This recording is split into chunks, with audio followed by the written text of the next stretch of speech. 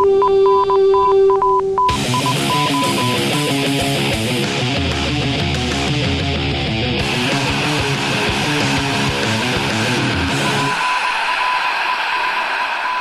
to Norse Code, the #1 podcast for your Minnesota Vikings. I am your host with the moster, Dusty O'Connell. Joining me, as per usual, on the other end of the internet tin can and string, is a columnist for Cold Omaha, 1500 ESPN, and a handful of other outstanding websites on the internets these days. Generally useful human, Arif Hassan. How are you, Arif? I'm good. How are you? I'm coping with the shocking news that the San Diego Chargers are about to become the Los Angeles Chargers. Which that's crazy.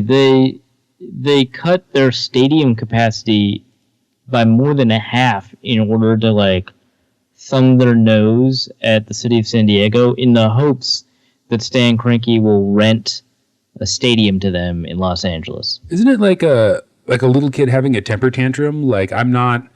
You won't let me have my own room, because the Chargers have been fighting the city of San Diego for 16, 18 years to get a stadium, and the best that the stupid city of San Diego could do was $170 million in potential public funding, which was only half of what they wanted to build the new stadium. So now I guess the owner of what's his name, Spano? Yeah, Spanos. Spanos. Dean Spanos is holding his breath and going to live with Sally until Mom relents and lets little Dean have his own room. Which, ironically, is going to be shared with the Los Angeles Rams. No. It's going to be shared with the LA Galaxy. Well, that's the current stadium is going to be shared with the LA Galaxy. But in 2019, he's going to move in with the LA Rams, I think, is the plan. And then they'll go back to having a seating capacity like an NFL team and not like an MLS team? You mean they're not going to have the intimate seating arrangement that they currently have at Stubhouse Center. It's not even a field, it's center. StubHub Center, that's it. I thought house because it's as big as a house. More that's like Center Hub Stub. Yeah. Not brought to you by StubHub or TickIQ, which is another one of those services. See, if I mention another company, I think it cancels it out, right? Yeah, I think it's still okay. I mean, I think this is why they do the naming rights thing, but I think as long as you're talking about them in the context of naming rights, it's okay. Okay. Yeah, so there's a bunch of those companies out there. We're not currently affiliated with any of them, nor will we be. That's a great segue. Unless they give us some sweet, sweet money. But customarily, we rely on you, the listener, for that. And we would actually like to thank longtime listener, question asker, and occasional contributor Peter Tegland. Thanks for the phonetic note. He becomes a sustaining member of Norse Code, which you can do as well by going to patreon.com/Norse Code. He chooses to donate at the suggested $3.50 a month level and left us a nice little note via the emails. Peter writes, "Hey, thanks for being the best podcast on the internet about the Minnesota Vikings." Oh, well, thank you. And other random things that come up, as they do. Yes, they do. Happy belated birthday to Dusty. I hope he got his camel. I did not. I had put off contributing to the show for too long, but I also have a question. Is it possible that the Vikings' offensive line problem really isn't as bad as it seems? I mean, the team was missing 3 to 4 of its starters for most of the season. Depth in August was pretty good, and even a team like Dallas would look bad if it were playing its 3rd and 4th string tackles. Mike Harris might be back next year, and so might Matt Khalil, so it's my hope the front office won't overreact and draft 4 linemen, but will instead take advantage of the good class of safeties and add a linebacker or 2. Peter has clearly been listening to the show.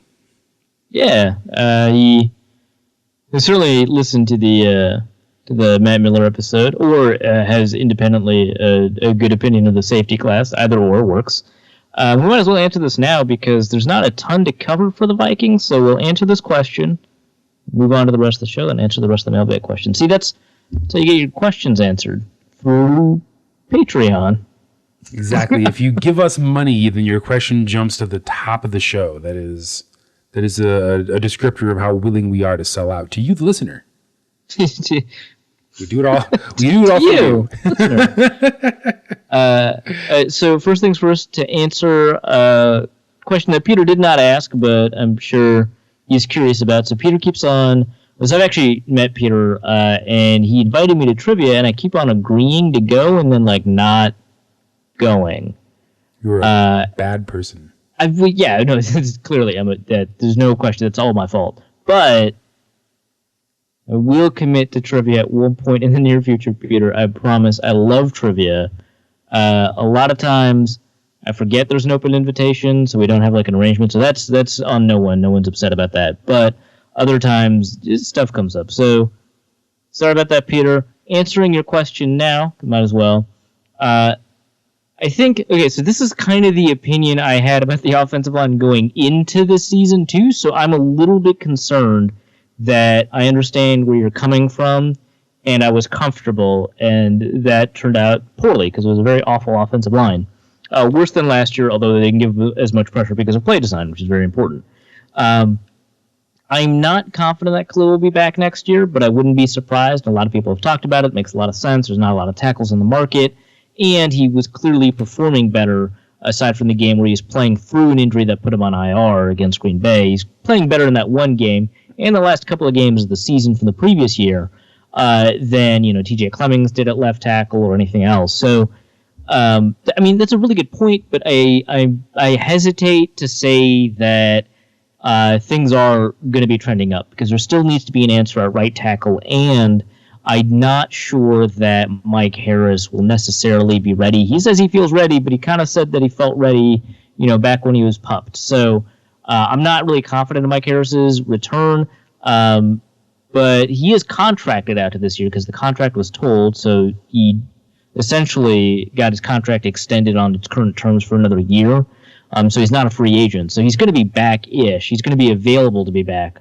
And that's nice. And Joe Berger was fine. Alex Boone improved. But if you've got a problem at left tackle, which even with Khalil there's a problem there.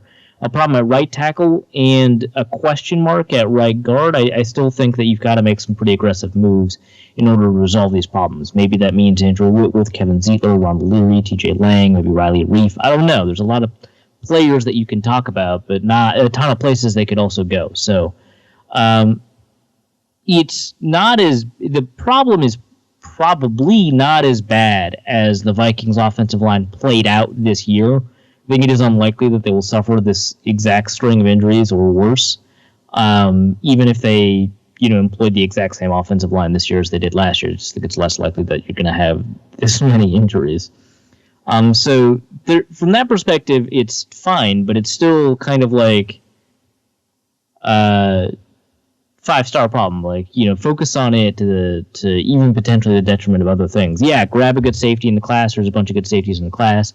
Grab a linebacker in the class. You might have to settle for a mid-round guy. I think you're going to have to make a heavy investment in the second round, maybe make a couple of investments in the 5th and 6th, possibly 7th round on the offensive line, and that should be the focus of the draft. So it's bad, but it's not as bad as last year, but I don't know, maybe it's as bad as it seems. I'm not willing to rely on Mike Harris, nor am I willing to say Matt Khalil's return really provides a lot.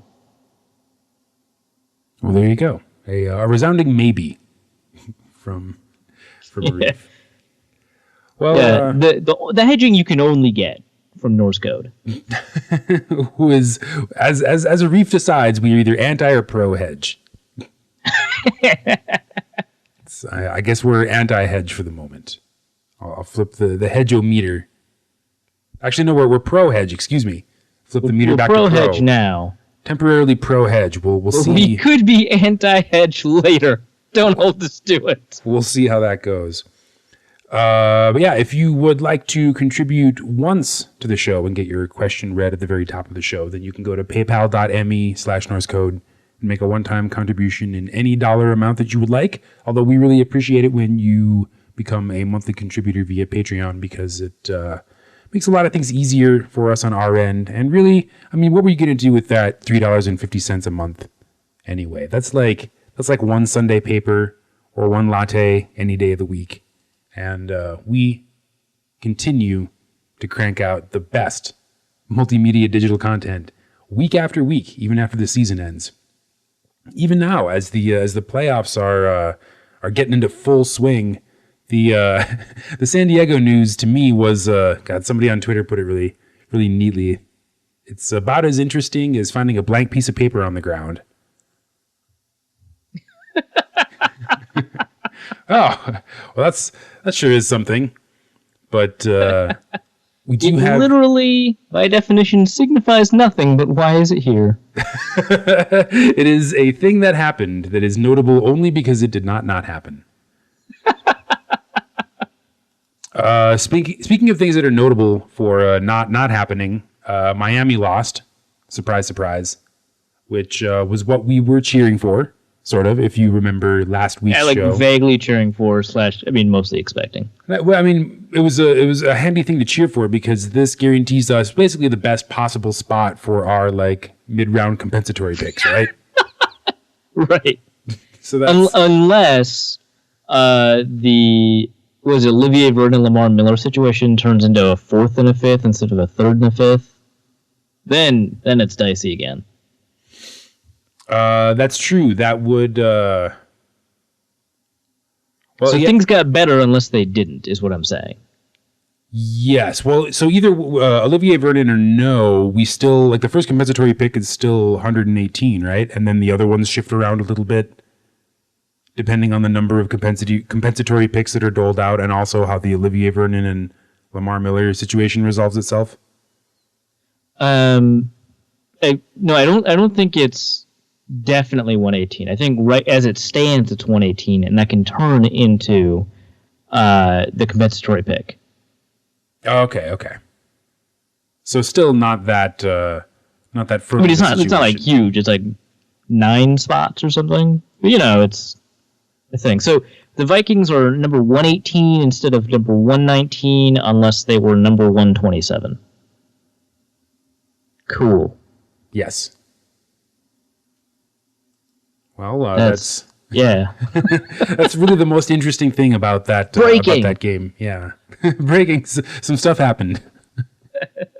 Unless it was meaningless, we'll find out soon. Yeah, if other stuff happens, it may not matter. But for the time being, stuff has happened, and it's a little important.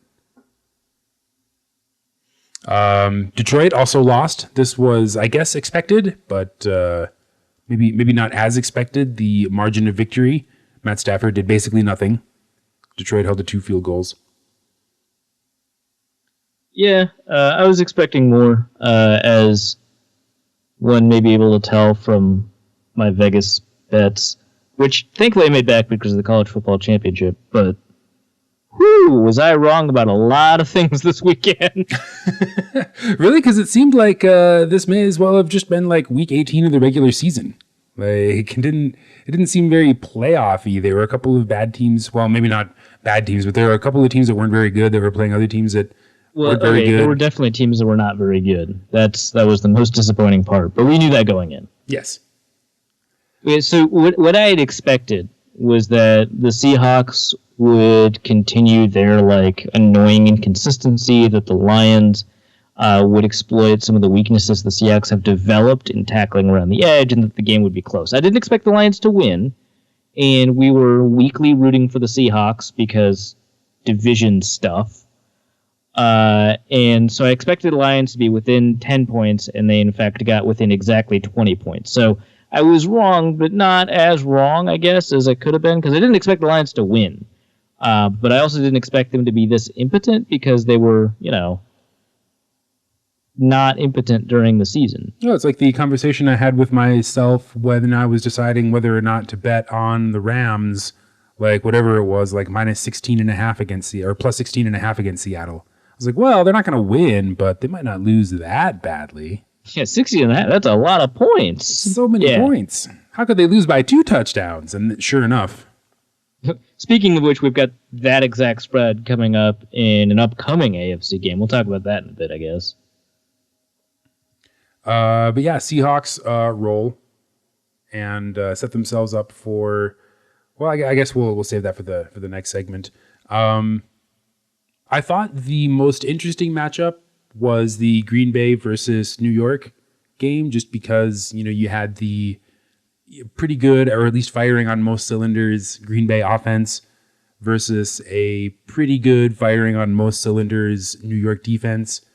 And then, of course, you had the, middling to bad Green Bay defense against a, middling New York offense. It was like the two sides of the ball or the teams lined up against each other pretty well on both sides of the ball, or at least it seemed like they did when Aaron Rodgers revealed that he is actually a football throwing robot with literally untouchable Hail Mary skills. Yeah, I got very annoyed for obvious reasons, right? Because Green Bay rolled, but also because during the massive stretch of poor play from Green Bay, which was most of the first half, the Giants only came away with 6 points. And then Green Bay turned it on, and they were able to get 38 points from there on out, with the Giants only scoring a touchdown to break that run in between, which, if you're a strong believer of momentum, which I am not in a very, cosmic, large 22 players on the field sense, but, maybe for, individual players, is a pretty good case for momentum. In this case, it seems like it was sparked by an insane Hail Mary. And I was talking about this with someone else. I was thinking about it, and then I looked it up. And I was like, look, the throw was amazing. Because it was. It was a phenomenal throw. You can't ask for a better Hail Mary throw. Period. But even when throws are that good, there's some element of chance that is outside the quarterback's. It's just there's nothing the quarterback can do to prevent Eli Apple, for example, from jumping up. And if Eli Apple had jumped up, it would have fallen incomplete, and then you'd have, a 13-7 game at that point. It would have been a 6-7 game at that point. Which that sounds winnable. 6-7 at the half. Yeah, go Giants.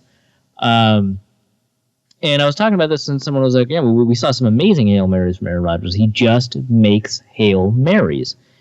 And, we saw a couple of examples from that, this year and at the end of last year, and he's doing a really good job with those Hail Marys against Detroit, for example, that seemed to come up a lot. And I was like, the success rate on Hail Marys is unreal and unsustainable, and I don't understand it. And then I looked it up, and he's not actually that successful at Hail Marys. We just remember it that way. He's only had 3 Hail Mary touchdowns. And we just happen to remember those 3? Yeah, well, because one of them was a friggin' 70-yard laser bomb from space. That one was against Detroit. Hashtag space laser. Hashtag space laser. And it was friggin' phenomenal, but no one remembers the one where the Vikings batted it down. That happened. That's what's supposed to happen. It wasn't a particularly amazing play from Anthony Barr either. He got in front of the ball better because it's a Hail Mary. Sure, you don't have to try that hard. And frankly, who caught the hell, was it Randall Cobb? Yeah. Yeah, Randall Cobb definitely pushed off of Eli Apple. He did. I'm not as upset about. I'm not upset about it. That's fine. Call it, don't call it. But I feel like that kind of gets folded into the element of chance you were talking about. Exactly. Right. It mitigates the amount of skill required to repeatedly and sustainably do it. So it's not like. Yeah, that's a good point. It's not like it's something to be upset about, but it kind of emphasizes the point that there's an element of chance. Exactly. There's one factor in that. And I don't know, it was fine, but yeah, you expect Hail Marys to hit the ground or to be batted away. And so when it doesn't happen, it makes apparently an indelible impression on you and on Joe Buck. But whenever Aaron Rodgers is involved, what doesn't? Yeah, well, Joe Buck has chosen his side. And he's sticking to it. And we like people with principles, right? He is relentlessly principled. Exactly. That's a good way to put it. Relentlessly principled. So my partner isn't a big football fan. I've subjected him to a lot of football watching this season, just by virtue of me watching it all the time. And I mentioned to him, I was like, I just can't stand Joe Buck, the guy calling this game. He hates the Vikings. And he loves Green Bay, especially Aaron Rodgers. And I told him this as the game was starting. And, he was working and doing other stuff. And we got to the fourth quarter and he was like, I haven't really been paying attention to the game, but I see what you mean about Joe Buck. Well, it's nice to see someone with literally no stakes, affirm what we've been saying. I know, and he was just like, now that you said that, I can't listen to the game any other way. Now, every time he says something about Aaron Rodgers, I just imagine him like on a bearskin rug, like Tony Blair in South Park.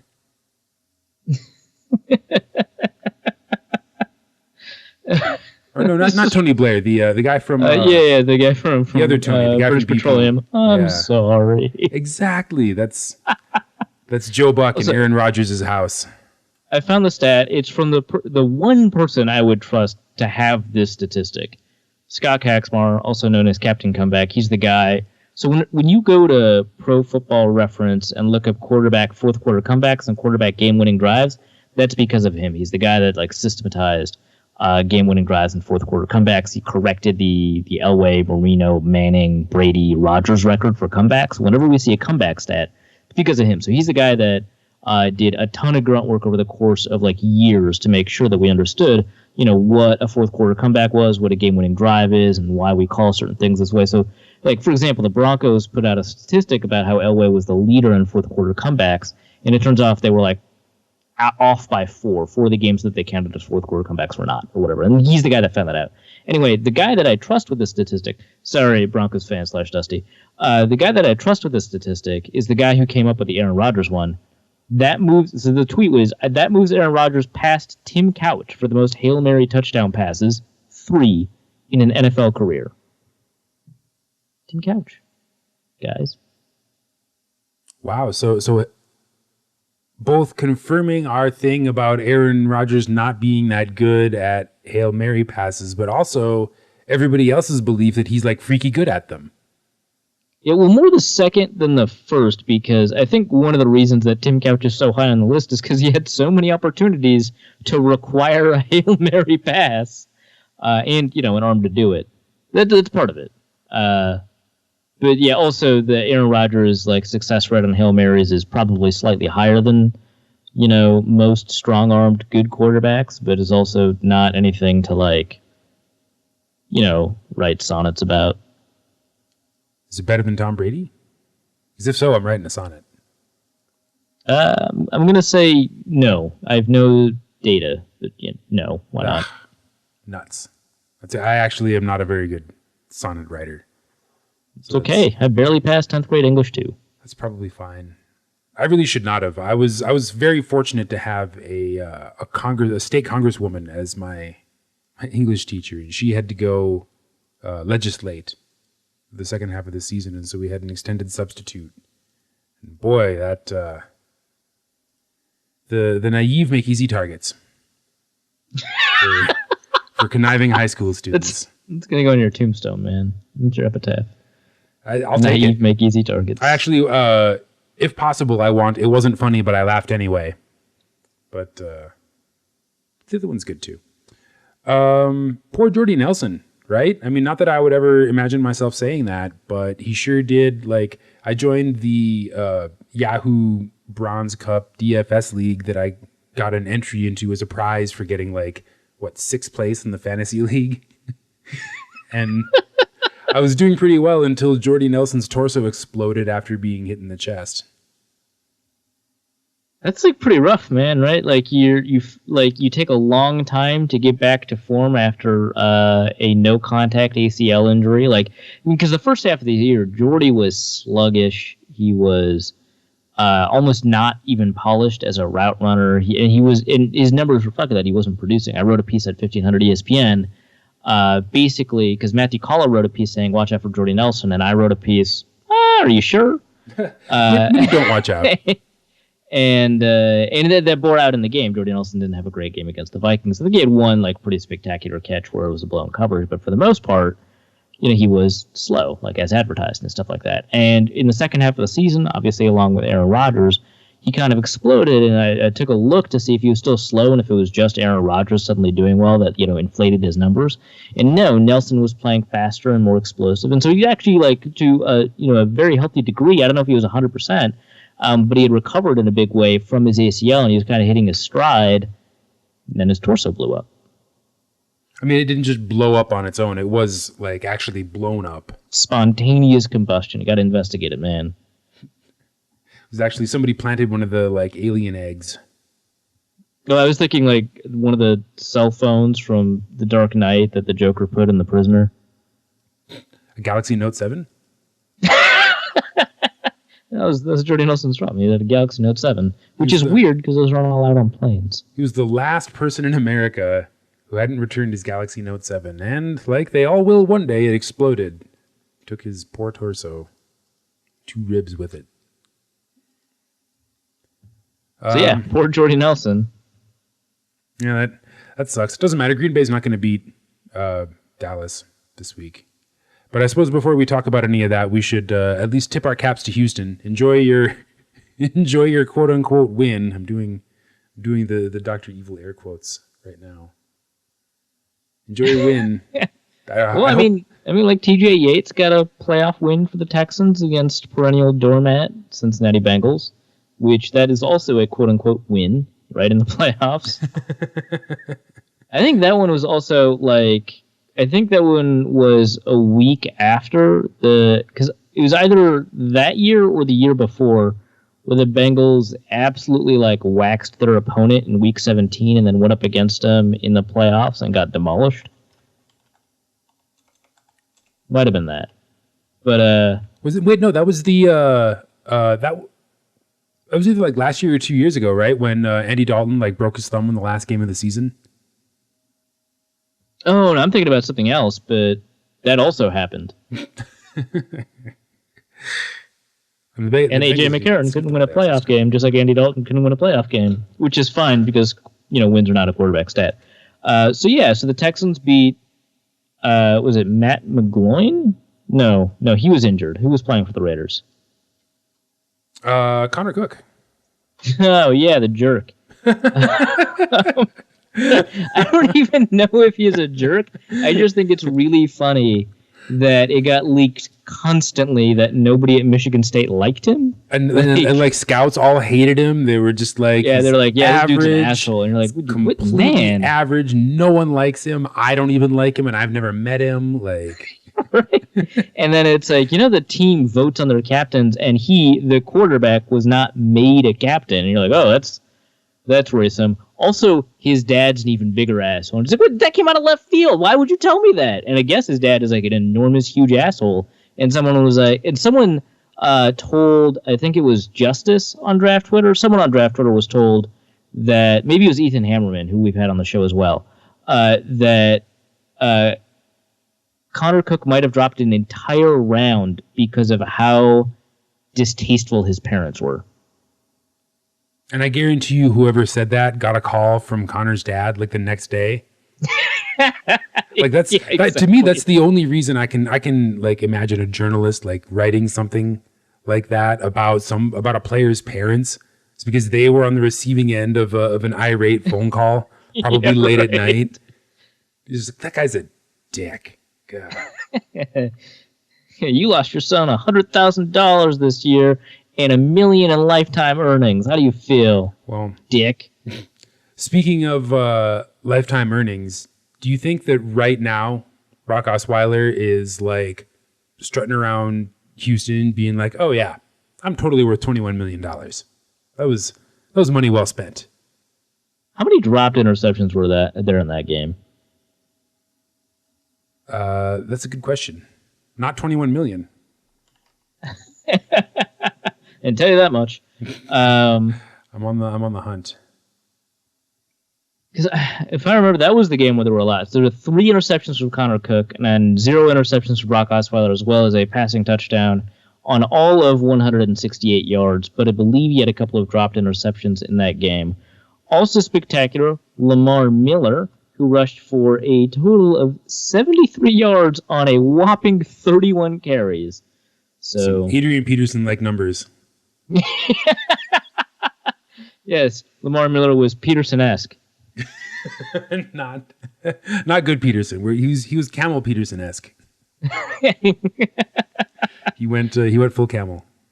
But yeah, no. I will say this though: Brock Osweiler had at least 2, maybe exactly 2. I shouldn't say at least, exactly 2 phenomenal throws in the game, which made all the difference because that was the touchdown that he threw. So, hats off. Plus the rushing touchdown he got. That's weird, isn't it? So hats off to Brock Osweiler. You have lived far enough to become 16.5-point dogs to the Patriots. Really? I was pretty sure that the line would be Patriots minus infinity. I mean, That one's a hard one to move. You have to give yourself some. Like, if the bettors move it to make it a negative infinity, then you have to. It probably started at negative infinity, and then the money pulled it down move. to. I guess they assume the Houston Texans will score some points. Maybe garbage time. That's what I'm betting on. New England will score infinity points in the first 3 quarters.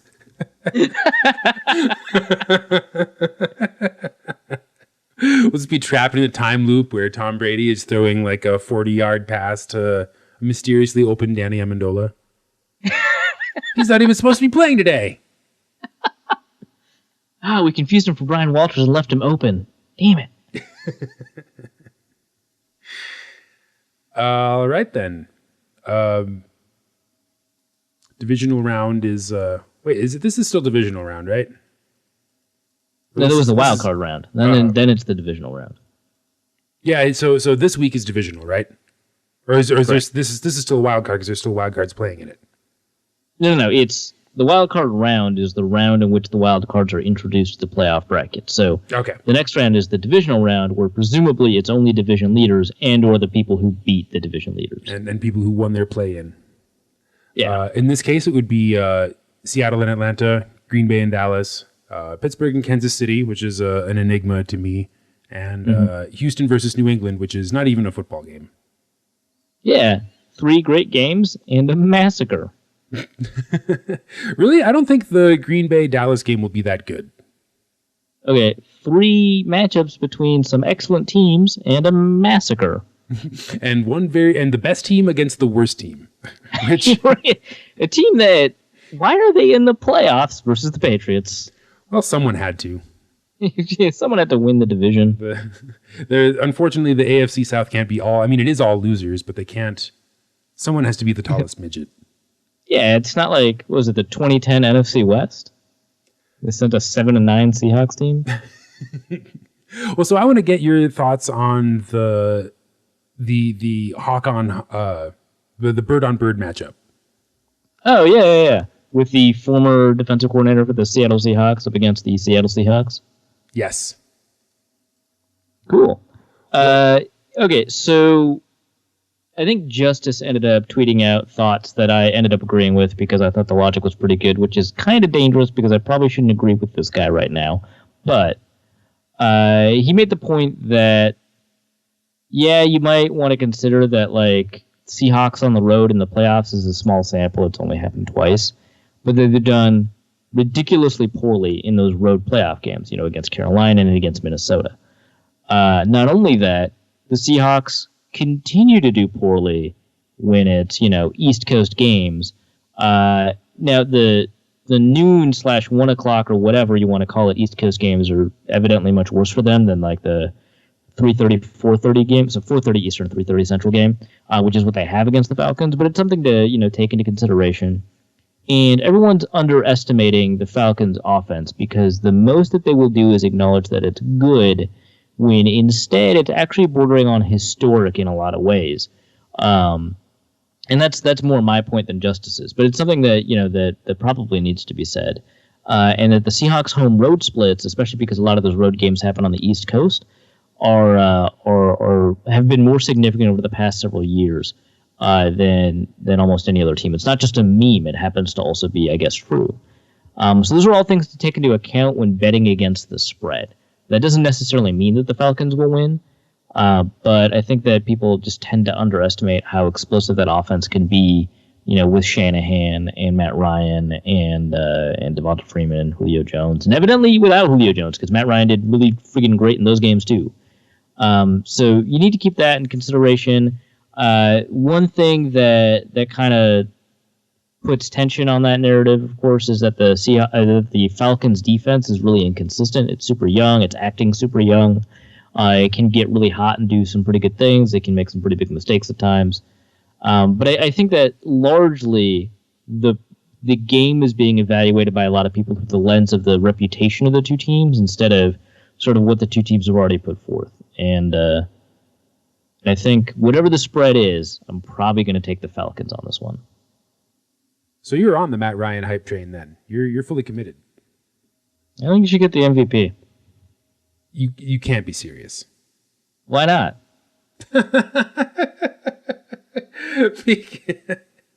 This is just as much an argument about how there aren't as many good MVP candidates this year as it is that Matt Ryan is playing friggin' shockingly well. All right. Okay, so because like the other arguments are for Ezekiel Elliott, Tom Brady, Aaron Rodgers. Tom Brady didn't play 4 games, and I think that that's the limit. I think that if you play 13 games, you're eligible essentially for an MVP race. So his 2 interception thing doesn't mean that much because he got to sit out 4 games. But you cannot be. There's a limit to how valuable. If you're perfect through 12 games, there's a limit to how valuable you can be because you cannot provide more than 12 wins to your team. Period. Right? Okay. I'm smelling what you're stepping in. Yeah, so statistically, Tom Brady is clearly the best quarterback, and he should be. So this is the one instance where I think that if you want to be true to the name of the MVP and give it to the most valuable player, I almost always argue every year you have to then give it to the guy who wins the All-Pro award at quarterback, right? It's the first-team All-Pro quarterback, and that's it. That's all it can be because the MVP award is dumb and shouldn't be named the MVP award. It should be named the Best Player or Most Outstanding Player award, but it's not. This is one of the very rare instances where I'd say give Tom Brady, first team, All Pro, give Matt Ryan the MVP. The other argument, Aaron Rodgers, is I think it only makes sense because of a streak that he needed to get in order to squeak into the playoffs because of how poorly he was playing. The MVP is for how well you do over the course of a season, and he did so poorly at the beginning of the season that to dig himself out of that rut is individually impressive, but not enough for a season-long award. And maybe he deserves recognition. Maybe he could be a comeback player. I don't really think that would make sense to me. There's probably better candidates, but that makes sense. And then Ezekiel Elliott is, to me, was the third best running back this year behind Le'Veon Bell and David Johnson. And if you're the third best running back, I don't know how you could be the MVP. He's clearly an amazing running back. I don't want to say it's all the offensive line, but you also can't discount the influence that the offensive line has had. By the way, Ezekiel Elliott led the league in yards after contact this year, so it's not as if, they did all the work. But you have to take into account the influence of the offensive line and Dak Prescott and stuff like that. And if you're only going to give the award to quarterbacks and running backs, those are your only options, I think. So give it to Matt Ryan. He was able to play, he was able to create essentially an extraordinarily efficient, competent offense that's, historically relevant. They lead the league in average yards per or total adjusted yards per play after accounting for first downs, fumbles, touchdowns, and interceptions. So yeah, I guess give it to Matt Ryan. If you want to give it to the best player, give it to Aaron Donald. If he got the MVP, that would resolve all these arguments, and that's what I actually advocate. It's letting position players in on the circle jerk, I guess. Yeah, because it's a dumb way. Because again, 9 times out of 10, you should only give it to the guy who's the All-Pro quarterback. We already have that. It's the All-Pro quarterback. It's the first-team All-Pro quarterback. We already have that award. We'll give it to the best player, Aaron Donald. Done. So, Green Bay, Dallas. I'm predicting an ugly game for the Acme Packing Company. And all associated owners of the Green Bay Packers. I think, okay, so the Dallas defense is better than we thought it would be. But I think more importantly, so the issue that the Giants have had and that some of these teams have had over the past 8 games against the Green Bay Packers have been that when the Packers are faltering or stumbling, they really haven't been able to take advantage of it. Like Blake Martinez was injured and they couldn't run it up the middle. They've got the slowest cornerback in the league, I think, actually. Like actually the slowest cornerback in the league in Ladarius Gunter. They couldn't take advantage of it. And there's like a lot of holes, right? And when that offense isn't scoring, when it's putting up 7 points to your 6, you should be able to take advantage and take the lead. You should be able to perform in the red zone and things like that. And the Giants couldn't do it, and some of the other teams down the stretch, the Lions couldn't do it.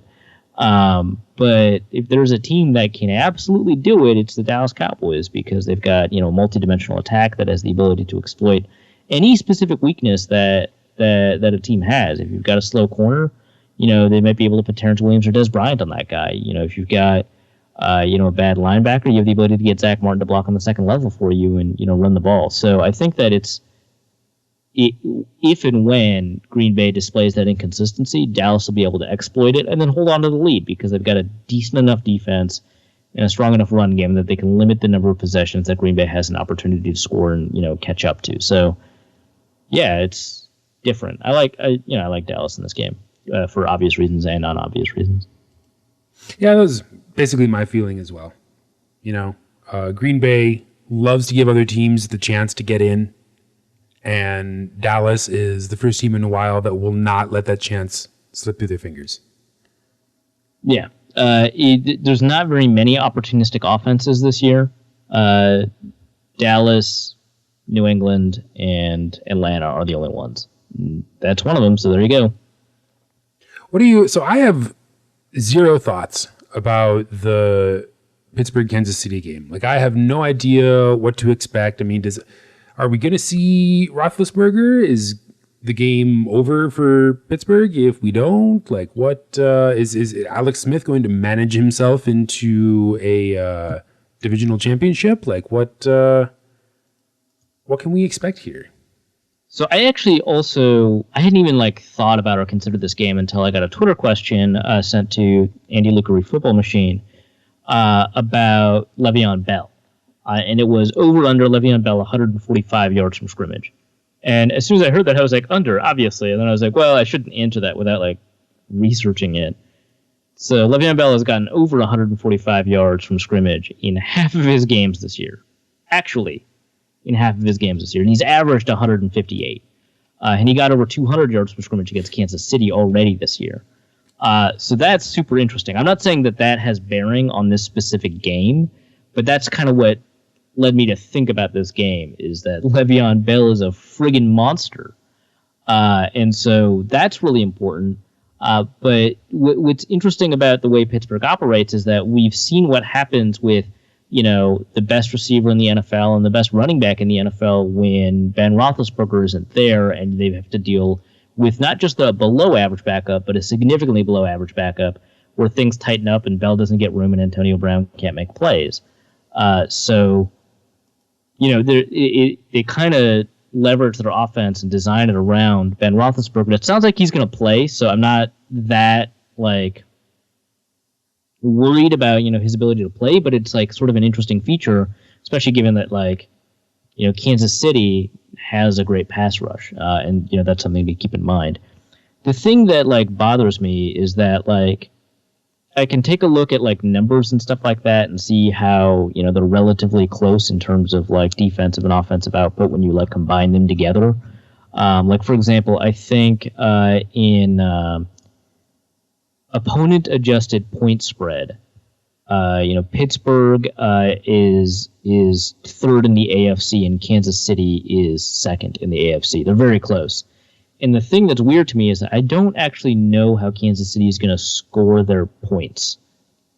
How do they score points? It can't all be Tyreek Hill return touchdowns, right? Well, yeah, that's my question too. Who is Alex Smith going to throw to? And if that doesn't work, who's going to run the ball? And is Tyreek Hill going to score 0 or 1 touchdown? Guess at who's leading the Chiefs in rushing touchdowns right now. Is it Alex Smith? It's Alex Smith. Yes! It was going to be Spencer Ware, Charkandrick West, or Alex Smith, and it was Alex Smith. Well, I was about to say Charkandrick West, but I was like, no, that can't be right. This has to be one of those tricky, but not that tricky questions. So if you look at it, Travis Kelce has 1,100 yards receiving this year, so that's pretty important. He has 4 touchdowns, which is pretty low when you compare it to the number of yards he has, but it's something to consider. Spencer Ware has 5 total touchdowns, 2 receiving, 3 rushing. Charkandrick West has 3 total touchdowns, 2 receiving, 1 rushing. Alex Smith, of course, has 5. And here's the thing. Tyreek Hill has 3 touchdowns rushing, 6 touchdowns receiving, and then, of course, 3 touchdowns as a returner. Putting aside the fact, and there's this excellent Mina Kimes piece in ESPN about discussions about like domestic violence and Tyreek Hill and how to have these conversations and what it means for how the NFL needs to craft the policies and stuff. Like, it's fantastic, and I strongly recommend reading it. It's much more nuanced take than domestic violence is bad, which of course is true, but is not like by itself a helpful policy for how to deal with domestic violence, either as the NFL or as commentators in the NFL. So I definitely recommend reading that piece. I'll link it in the show notes. But putting aside all of the ugliness surrounding Tyreek Hill, you have to consider him as the offense. Now, I don't think he's necessarily going to score a return touchdown. From my understanding, and maybe I'm wrong about this because I haven't looked at the Pittsburgh Steelers this year in terms of their special teams. My understanding is that they're not a particularly vulnerable special teams unit. But with Tyreek Hill getting 9 touchdowns from scrimmage, especially in relatively limited play time because he wasn't playing all that much at the beginning of the season from scrimmage, I guess that's the way that we should conceive of their offense. It's Travis Kelce and Tyreek Hill. And put in that context, with Alex Smith rushing in the red zone, put in that context, I can kind of understand how Kansas City is going to score its points. I'm not that worried about the Pittsburgh defense.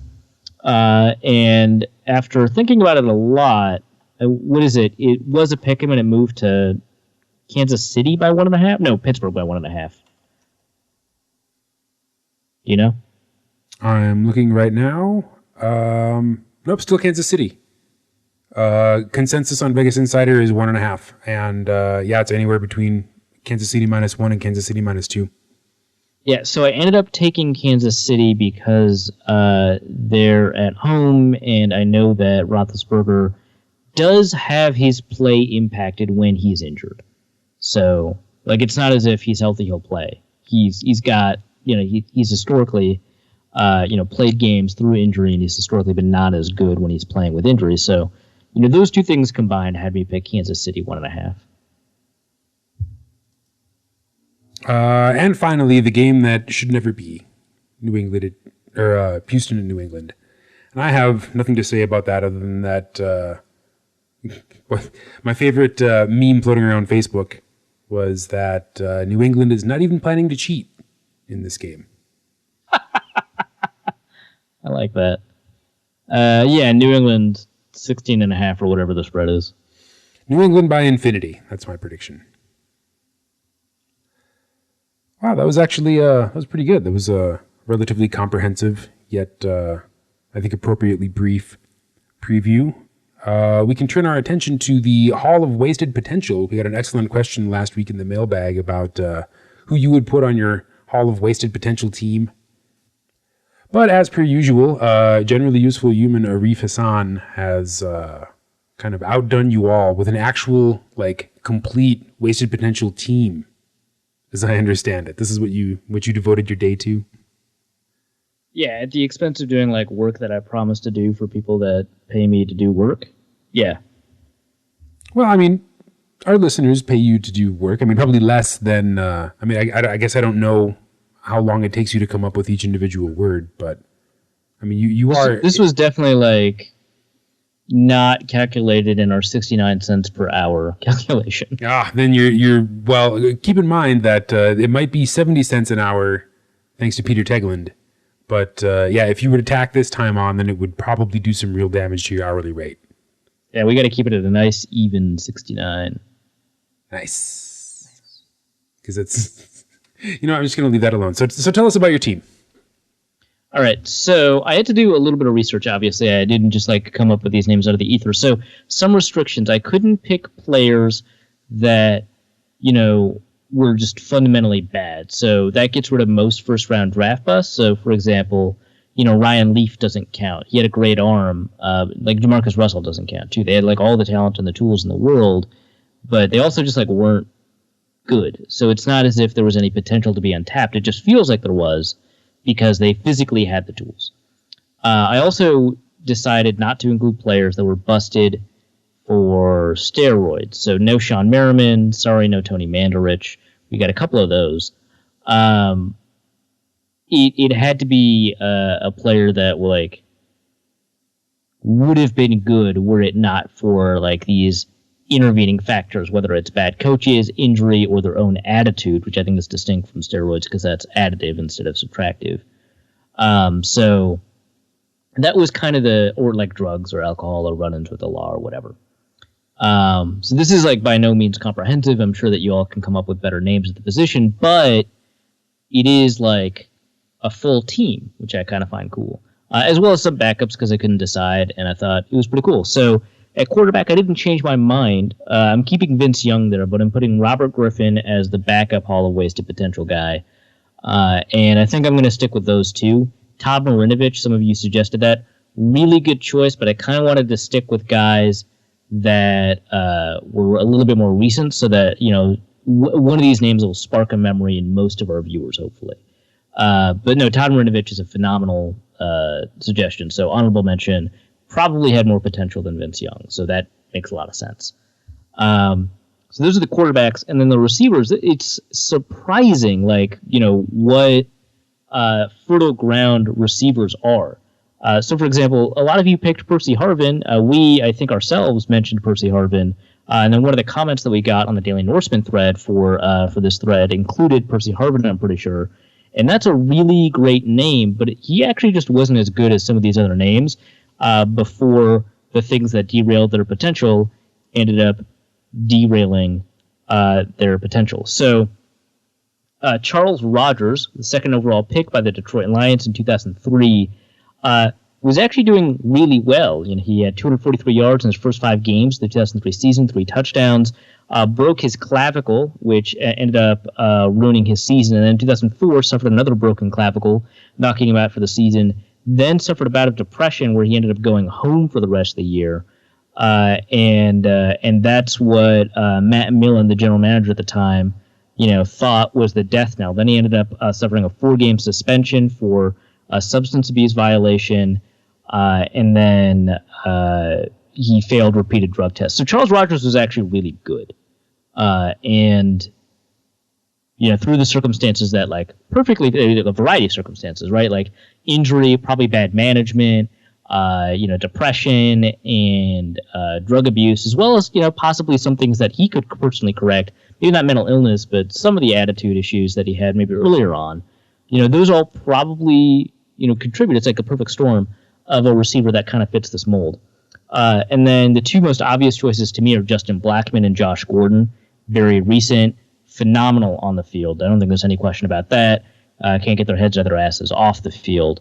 Although maybe that's not really a fair assessment, particularly with regards to Josh Gordon, because at some point you have to consider that some of these factors seem to be out of control for him personally without treatment. So Percy Harvin is like a backup on this team. So that's kind of interesting. I didn't really think about that much.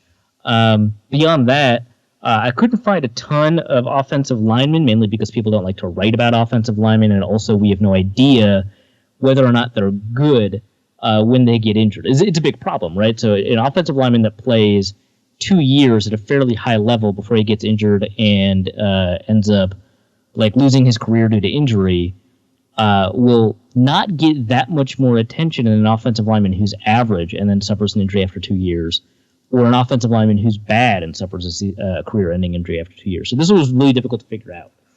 And actually the first thing that came to mind was Chantrell Henderson because, he was really good at Creighton-Durham Hall in Minnesota and then got under-recruited. He ended up going to Florida State, so he did get under-recruited too badly. But because of his attitude, then he got under-drafted because of his attitude, and now he has Crohn's. But it's not as if he was playing well for the Buffalo Bills, so I didn't really want to include him because we didn't know him to be good. We just knew a reason that he wouldn't be good. So I ended up picking at tackle Bryant McKinney. I think literally everyone agrees with that one, right? Yeah. And it's not as if McKinney didn't have bouts of being pretty good, nor was he nor did he have a short career, but it's very clear he could have been a great offensive tackle. And he definitely had bouts of that as well. And he just wasn't. I ended up also picking Jamal Brown. He was actually pretty good. He ended up getting selected to the 2008 Pro Bowl, and then had an ACL injury that derailed him in 2009. And then Jermon Bushrod essentially took his place in 2009 after his Pro Bowl season. And Jermon Bushrod did really, really well at left tackle. So they traded him to what was near the end of the era of the Washington Redskins being an elephant graveyard for good players. And so he was added onto the list along with Clinton Portis and Albert Hansworth and so on. So Jamal Brown ended up playing at right tackle for the Washington Redskins, which makes him right tackle to Brian McKinney's left tackle. Not that I paid that much attention to right and left designations when looking this up. But then he suffered a groin injury and was replaced by Tyler Columbus. And then he was on the physically unable to perform list due to hip soreness. So he made a Pro Bowl and then got injured and then traded to the Redskins and then injured again. So I think that really fits the nature of this list really well. At guard, it was really hard to figure out. One player to watch out for, although this hasn't happened yet, is that Kyle Long has suffered repeated injuries with the Chicago Bears. He made the Pro Bowl this year, so it's not as if he's like wasted potential. But if he continues to suffer these injuries, or if the injuries that he's piled up over the course of his short career in the NFL end up harming his ability to play, which to some degree they already have with the Bears, then he could end up being a guard on this list. I also ended up looking at Davin Joseph, who ended up being a Pro Bowl player for a while before, for like 2 years before injuries derailed him with the Bucs. But the two guards I picked actually both played for the Eagles. One of them, I think his name is Sean Andrews. I say I think, but that's because I've got like really bad handwriting. So Sean Andrews, like I said, was a guard for the Eagles. He was drafted in 2004, played technically until 2010, but he made the Pro Bowl 3 times, 2005, 2006, 2007. He wasn't even on the All-Pro team in 2006 and 2007. So we knew that at one point he was good. So that fulfills sort of that potential. And then he just left the Eagles at some point in 2008. He failed to report to training camp without notice, that being excused, and he cited personal reasons. He ended up revealing that he was suffering from depression and seeking professional help. He missed quite a few days at camp, and then he started the first 2 games of the season and then left with a back injury. They didn't put him on injured reserve, but he missed the rest of the 2008 season because of injury, which basically Adrian Peterson. Then he had surgery and then re-injured his back. So perfect test case. 3 consecutive Pro Bowls, depression, and then injury.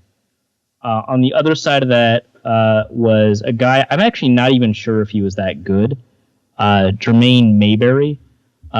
People who are fans of the Eagles or understand these names a little bit better might have a better understanding of whether or not Jermaine Mayberry was good. He did make a Pro Bowl as well, but I don't have a ton of information based off of Wikipedia. All I know is that his career ended when he retired while on injured reserve. And that's the best I could do for guards. I couldn't get a center, so I just picked Ryan Cook because that's a name familiar to Vikings fans. Tight end, I don't think anyone could beat Tony Moeaki. Someone suggested John Carlson. Really great name for the list. He's probably a backup. John Carlson had, I think it was a really good sophomore year before injury and then injury again. And then the Vikings signed him for $5 million because of what he did as a rookie and as a sophomore. Tony Moeaki had one of the great rookie tight end seasons we've seen, and then never got back on the field because of repeated injuries. And in fact, also like John Carlson went to the Seahawks for a bit and couldn't revive his career, even though they desperately needed a tight end.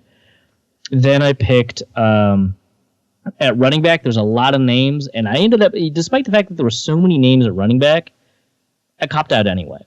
I picked Kajana Carter, who suffered a preseason injury his rookie year. So we actually don't know if he would have been good, and maybe he shouldn't be on the list as a result.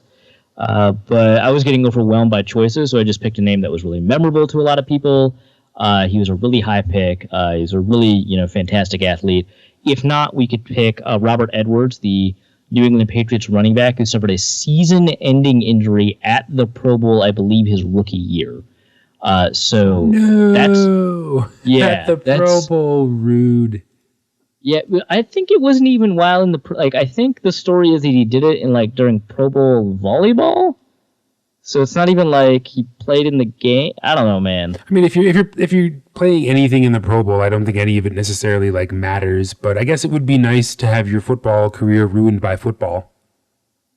Yeah, I guess. Right? Yeah, it's kind of like warriors wanting to die in battle. Maybe a little less dramatic than that. Is he a Klingon? Yes. So that rounds out the offense. I couldn't pick a fullback for pretty obvious reasons. Why would you? That's ridiculous. Yeah. Way too Besides, much we have effort. 4 wide receivers, so whatever. Exactly. One of them can play fullback, maybe. Yeah. Percy, you could play fullback, right? Exactly. Untapped potential. All right. So I ended up picking for defensive end. There were 2 names that really struck out to me. Courtney Brown, who everyone was comparing Jadeveon Clowney to when he got injured his rookie year. Courtney Brown had a really friggin' good combine.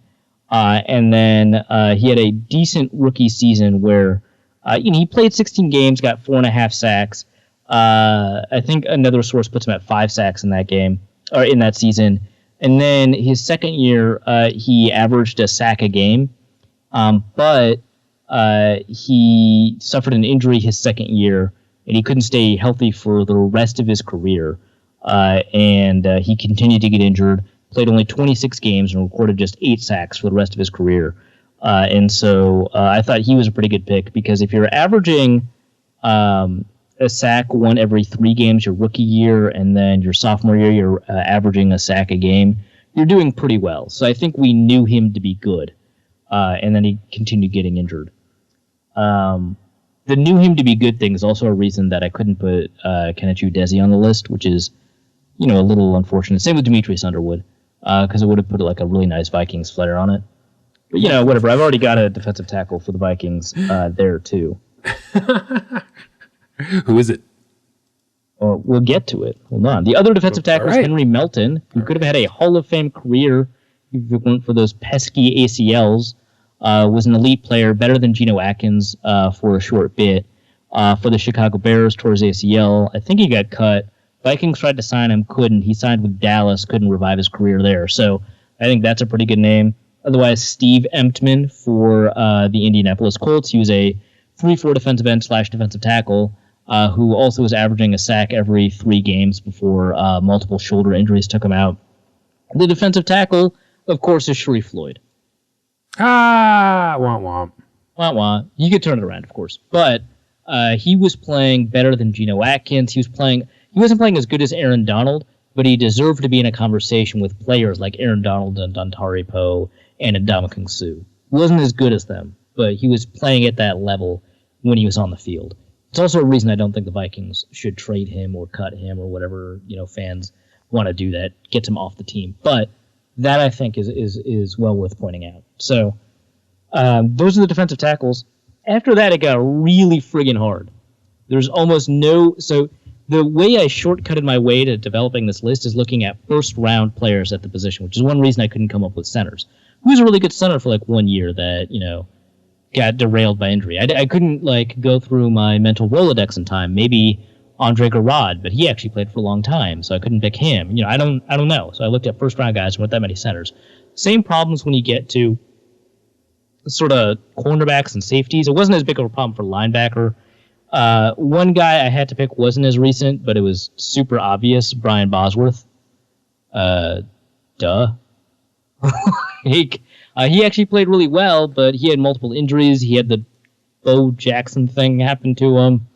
And he also, despite, being really aggressive by going to the gym, also had a lot of mental issues in terms of, attitude on the field and stuff. So those things all contributed, I think, to his issues. Odell Thurman from Georgia was a Cincinnati Bengals linebacker. He was actually really good before he got 8 DUIs. He's really good. And the other linebacker I was having a lot of trouble with, I initially put Sean Merriman there, but I ended up having to take him out because I didn't think the steroid thing made a lot of sense. I looked at Rolando McClain, but I decided that he actually was not good. He just had a 1 year. He had just had 1 year where he was good in Dallas. Someone else, a couple of people, I think more than one person, mentioned Aaron Curry, and I think that's a really interesting name. But he's just a bust at linebacker. I don't think he was ever good, even though he was advertised to be the safest pick in the draft, the safest pick we've seen at any position in a long time. That doesn't mean he was actually good in the NFL. I think it just means that he necessarily was perceived as such. Well, and the only two people in the top 5 of the draft that year that still play are Mark Sanchez and Matthew Stafford, and even Mark Sanchez is kind of like a question mark now, right? Like, yeah, I guess safest pick in that draft isn't really. When was the last time you ever heard of Jason Smith or Tyson Jackson? I almost put Jason Smith on the list. Well, there you go. See, even Aaron Curry is so bad, he can't even make a team of wasted potential because there's someone else in the top 5 of the 2009 draft that's worse than him. Or at least could have been better than him. It could have been. I ended up not picking Jason Smith either because I don't think we had confirmation that he was good. But yeah. Keith McCants. Do you remember him? No. Probably he was drafted in 1990. He was. I remember very little about 1990, regrettably. He was the Brian Bosworth of 1990, as it were. I mean, he was incredibly well hyped. I mean, Aaron Curry maybe is a better comparison, but I mean, he was one of the most hyped linebacker prospects. We just don't hear about him that much anymore because he just didn't do so hot in the NFL. He played off-ball linebacker in college. He ended up getting converted to defensive end. And the reason they did it is actually because of Chris Dolman's success at doing so for the Vikings. He didn't want to do it, and he was told, he was told by his agent, like, don't complain about it because teams, if teams won't want to sign you in free agency or whatever because you don't do what you're told, and maybe you could make the Pro Bowl at defensive end or whatever, but he was a linebacker, right? And despite that, he actually had a pretty good year for the Buccaneers as a rookie. He had 5 sacks, according to the Buccaneers. He had 34 pressures, which is a lot for a rookie, assuming the pressures that they log are anywhere analogous to the pressures that Pro Football Focus logs in the modern day. But he actually did really well. And in 1992, he actually didn't build on it. He had 5 sacks again. He had a few pressures, and then he got cut. The New England Patriots picked him up. The Houston Oilers picked him up, and they liked him a lot. But he didn't end up panning out, and that's because of a position switch. But when he switched positions, he was doing all right. I ended up putting him on the list because it was just such an interesting story, even though we didn't get confirmation of how good he was, because a team was so adamant that they needed a player at the position that he wasn't, that they ended up converting him to the position they wanted him to be. So, square peg, round hole sort of situation. Yeah. I feel like, so my thinking was, it is more likely than not he was good, and the 1990s Bucks ruined him, than he was bad. And the Bucks just didn't.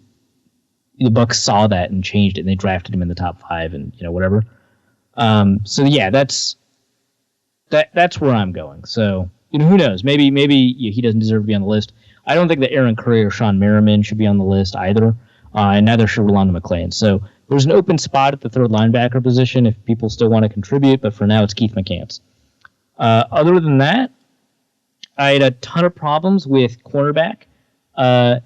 You may be familiar with this name. I kind of doubt it, but he is a Bronco. Delta O'Neal. I have seen like 2 O'Neal jerseys in almost 9 years in Colorado. So I didn't know that was his first name. I learned something today. Yeah, it's not Delta, it's Delta. Deltha. So is that because Delta is a woman's name? Probably not, because Delta's a Greek name. I mean, like Delta Burke. Whatever. It's not that. What? Okay. Cool. Delta. Delta. No, it's Delta. The H is silent. Delta. Maybe it's like a diphthong at the TH, kind of like the DAW sound in Bengali. Anyway. like Mike Tyson saying Delta? Delta. Like Mike Tyson saying Delta. Delta. Exactly. Glad we got that figured out. Anyway, so does he reach back further than like 1990? Is that why? No. He was drafted in 2000 by the Denver Broncos. Oh my gosh! Yeah. Wow. 2001, he had 9 interceptions. In 2005, he had 10 interceptions for the Cincinnati Bengals. He had 5 interceptions, a pretty good season in 2002 as well. But the issue for him, multiple DWI charges, a trade. I think it was a trade. Yeah, he was unhappy in Denver, which is probably a reason that you don't see as many jerseys as you do. Because, players that are unhappy with their team that never get like celebrated by fan bases. Kyle Orton. Really? I wouldn't know anything about that. That's a jersey I literally haven't seen in years. I wonder when they all got burned. Precisely 3 years after the Jay Cutler jerseys got burned. Well, I've got some thoughts on that I'll save until the end. What about Jay Cutler for team wasted potential? Man, we don't really talk about him, do we? But yeah, he dealt with system changes. He dealt with arrests and stuff. And so yeah, I thought he deserved a look, especially when I couldn't find another cornerback. I ended up reaching. So I did not pick Brandon Merriweather because I think that Brandon Merriweather was always bad, but he was in a system in New England that made him look good. Same with Asante Samuel. Both, I think, are reasonable contributions to that conversation, but I didn't end up picking them. I ended up picking up Lito Shepherd. That's the reason the Vikings signed him in the first place, right? Because he was doing so well in Philadelphia. But he was good and then he wasn't. Kind of like Cedric Griffin, who also in fact, you might even be able to make a better argument for Cedric Griffin than a bunch of other people. But yeah, Lito Shepherd for the Eagles made the Pro Bowl twice. He was an All-Pro player in 2004. Had 5 interceptions that year, named Defensive Player of the Month for November. And then he had injury-filled seasons, 2005, 2006, and 2007. And that kind of ended it. In 2007, he suffered an injury against Green Bay and only had 2 interceptions. And then the Eagles signed Asante Samuel, actually, and then leaked that Shepherd was available via trade. And so, he couldn't crack a roster because of Asante, or he couldn't crack the starting lineup because of injury and Asante Samuel. He was traded to the New York Jets, got released, got signed by the Vikings, and that didn't turn out incredibly hot. But he was really good, and I think injuries probably derailed him. He had multiple injuries over the course of 3 or 4 years that really hurt his potential in each of those years. I guess you could make the argument for Cedric Griffin because Cedric Griffin was playing at a near Pro Bowl level before he tore one ACL and then he tore another ACL. So that's relevant too. At safety, I mentioned on the show Bob Sanders. Can't pick a better safety than that, unless of course you're going the Sean Taylor route. But I ended up not picking Sean Taylor because he had played a long enough career before he was murdered for him to miss the cut. And I think that's a good thing because I think that means we got to see more of his play, and he was able to impact people at a really broad national level. So I mean, you could put Sean Taylor on too because he was clearly the best of the safeties. But Bob Sanders was playing at a near Hall of Fame level, but he could just never see the field. And then, other than that, I picked Roy Williams of Dallas, who had both injury and attitude issues, and Kenny Phillips for New York, who I wrote down and then completely forgot about. So I will see what Wikipedia has to say about Kenny Phillips so that I can more accurately talk about Kenny Phillips. 1 second. Kenny Phillips, Miami alum? Yeah, 2008. Drafted in 2008. And he made all the ACC teams all these years. He ended up taking the free safety position from Jabril Wilson, who wore number 21 because of Sean Taylor, actually, another Miami alum, and ended up playing special teams his rookie year, and then ended up getting I think he got hot during his rookie year with an interception streak, and then ended up starting in 2009 before a quote-unquote unhealthy left knee put him on injured reserve. And it was, I guess here's what Wikipedia says, diagnosed with patellofemoral arthritis in the left knee before the season. The condition worsened through the first 2 games of the 2009 season. The microfracture surgery evidently might not have cleared it up. So he had a really, really great rookie year despite not starting, and then just fell off. So he's a pretty good candidate. No, I think that's pretty comprehensive. And keep in mind that we were given like an out. We were not supposed to create a complete team of wasted potential or unfulfilled potential players. Yeah, a couple other suggestions from people who wrote in. Lots of depth at quarterback, of course. Gabby Dirth writes in with Culpepper as a suggestion. I was like, I don't know. I think he just wasn't that good. Yeah, that one's a tough debate. Before his triple ligament injury in 2005, he wasn't playing well. So I mean, that one's kind of tough. He was like flashes of brilliance. Yeah, I mean, never. Well, and then Gabby also goes on to mention Teddy, which too soon. Way too soon. Well, I know not too soon in terms of don't make jokes about it, but literally too soon. Like the poor guy hasn't even had a chance to come back from the injury yet. It's actually too soon to tell. Yeah. My contribution was going to be Jay Cutler. Oh, there you go. See, that's perfect, right? Because he was really good before a combination of an injury in the NFC Championship game, plus his own pissy attitude, plus also probably diabetes, really wore down on his ability to control his play. When he made the NFC Championship game, he was actually pretty good in Denver before he was a crybaby about being in Denver. Well, he was good in Denver despite the team being in kind of a building mode around him. And then the year that he was finally going to have a full wide receiver core and a decent offensive line was also the year that we got Josh McDaniels. And for whatever reason, those two guys just didn't see eye to eye. And Jay Cutler decided it was time for him to mosey on down the old dusty trail to Chicago, of all places. They paid him a lot of money, but they never really gave him. I mean, they did find Brandon Marshall for him for a little while, but even that was not enough to restore him to his former glory. And even I felt so terrible about the Cutler trade because Kyle Orton was serviceable. He did decently in a couple of years when the Denver system was kind of leaderless, when the team lacked direction.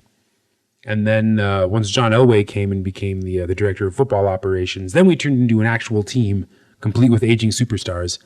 And the full set. Yeah, exactly. We were NFL completists. We had everything. And I mean, now with the Vance Joseph hiring, you can see a much more decisive organization than we had back in the day when we didn't really have a quarterback or a coach. And I just wish we could have had Cutler for even one of those Orton years. And we Did you know Cutler led the league in fourth quarter comebacks in 2015? Really? With 4. Wow. Well, wasn't one of those against the Vikings? Yes. Ugh. He also shares that title with 3 other players. Matt Ryan, Derek Carr, and Peyton Manning. Wow. Matt Ryan for MVP. Matt Ryan for MVP. Do you know who leads the league this year? In fourth quarter comebacks? Yeah. Aaron Rodgers? He has an insane amount of them. Aaron Rodgers? Matt Stafford. Oh, of course. Of course. Yeah. Got him right where we want him. Guess who's behind in the fourth quarter? This guy. He has 8 fourth quarter comebacks, which might be tied for the most in any NFL season ever? Question mark. Followed by Derek Carr, who in most decades would probably have the most of the decade with 7. Were it not for that wily meddling Matt Stafford. Yeah. That's ridiculous. Actually, I can take a look. Yeah, what's really nice about Pro Football Reference is that they actually have fourth quarter comebacks as a searchable record. So let me take a look. Most single-season fourth-quarter comebacks. Yeah, Matthew Stafford actually has the NFL record at 8. Followed by... Did he set it this year, or is he repeating? No, he said it. Okay. That would be insane. Yeah. So followed by the brothers Manning, Peyton in 2009, Eli in 2011, and then Derek Carr in 2016. Huh. Alex Smith had 6 in 2011 with the friggin' 49ers. See, Tim Tebow didn't even get more than 6. He only got 5. and Tim Tebow's like influence on getting those is a matter of some debate. Yeah, I mean, he has Marion Barber to thank for one of them, right? Yeah, exactly. So, Tony Romo has... So Tony Romo's peak fourth quarter comebackness matched Tim Tebow's. They both have 5. I don't know. I don't know what to say to that. Tony Romo had 5 in 2012, which led the league that year. And then the year before, he had 4, which is pretty respectable. I think that was second in the league that year. Then in 2014, he had 4. He's a captain comeback, man. He's fourth quarter. He's clutch. He's not captain comeback. He's clutch. That guy that figured out the stat is captain comeback. And he led the league in comebacks in 2 different years. Don't call it a comeback, because he's been here for years. That was terrible. What? It's a film quote. It's a song quote. No, it's from Rocky. Okay, that's fair. I was thinking about the LL Cool J song. Good, but not what I meant. In every season where Tony Romo has started 10 games or more, he's had at least 2 fourth quarter comebacks. So would this be a good time to break out the argument for why Aaron Rodgers shouldn't be considered for MVP? Like maybe leading in comebacks is not the best stat. You're just saying that because you're not a believer in Tony Romo. He's the comeback. How about this? The comeback kid. He's not a kid anymore. He probably was in 2012 when he created all those comeback situations for himself. No, I still don't know how I feel about Tony Romo. Look at 2 in 2006, 2 in 2007, 2 in 2008, 3 in 2009. Then he only played 6 games in 2010. 4 in 2011, 5 in 2012, 2 in 2013, 4 in 2014. Dallas really has problems establishing a lead. Come on, he's clutch. Yeah, so clutch. That's totally over why I'm... a quarter of his games over the course of between 2011 and 2014. Between 2011 and 2016, because he only played 4 more games. Only a quarter of his games, fully a quarter of his games, feature a fourth quarter comeback led by Tony Romo. All right. I don't dispute that. I mean, it's... Tony Romo has more fourth quarter comebacks between 2011 and 2013 than Aaron Rodgers has in his career. Ooh, no, that's something I can get behind. Now you're speaking my language. This is relevant to my interests.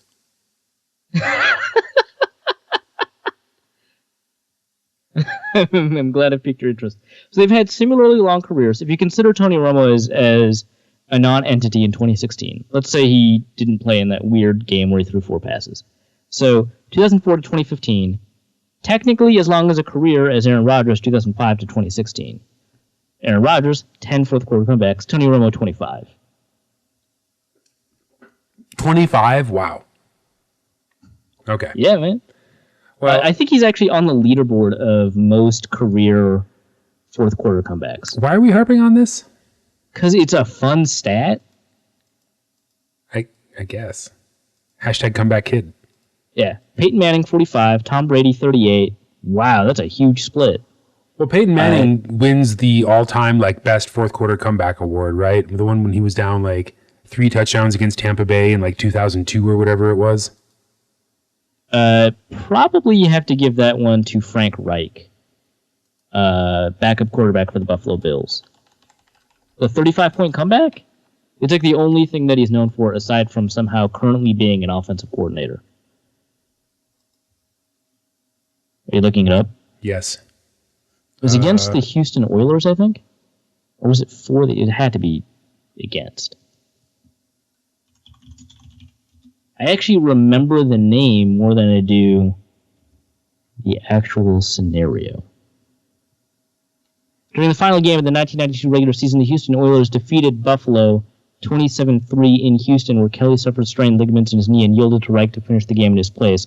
With Kelly out, Reich took the reins as the starter for the wildcard game in the following week on January 3rd, 1993.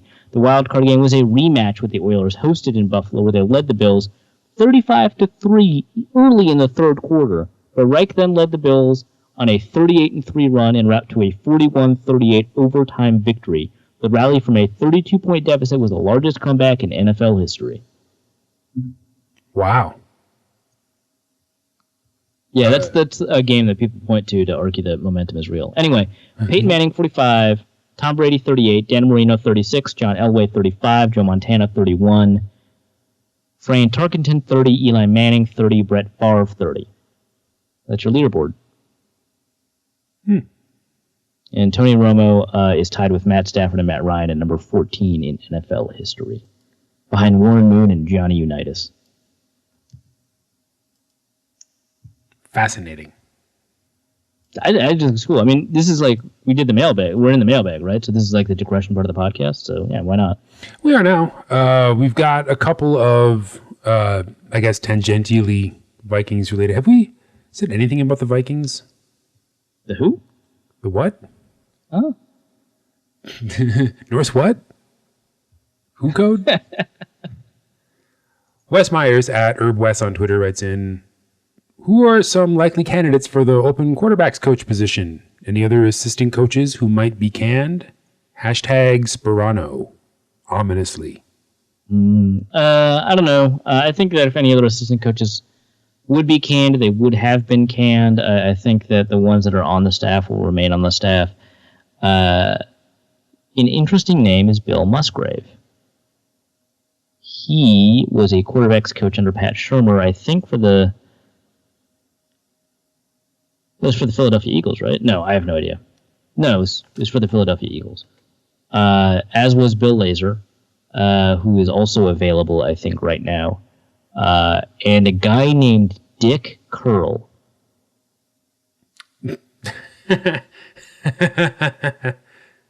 He was Sam Bradford's quarterbacks coach under Pat Shurmur in 2009 and 2010. Those are the names I know of. I frankly, I have no idea if there are any like actually intriguing quarterbacks or wide receivers coaches. That's like too far into the weeds for me. Like, I really do like getting into like the nitty gritty details. And I was looking up quarterbacks coaches the other day, and I came upon an interesting name who I believe just finished as a wide receivers coach for Buffalo Bills. One sec, let me look this up. I think we should convince Tony Romo to hang up the cleats and become a quarterbacks coach and then bring him into Minnesota. To be a quarterbacks coach? Yeah.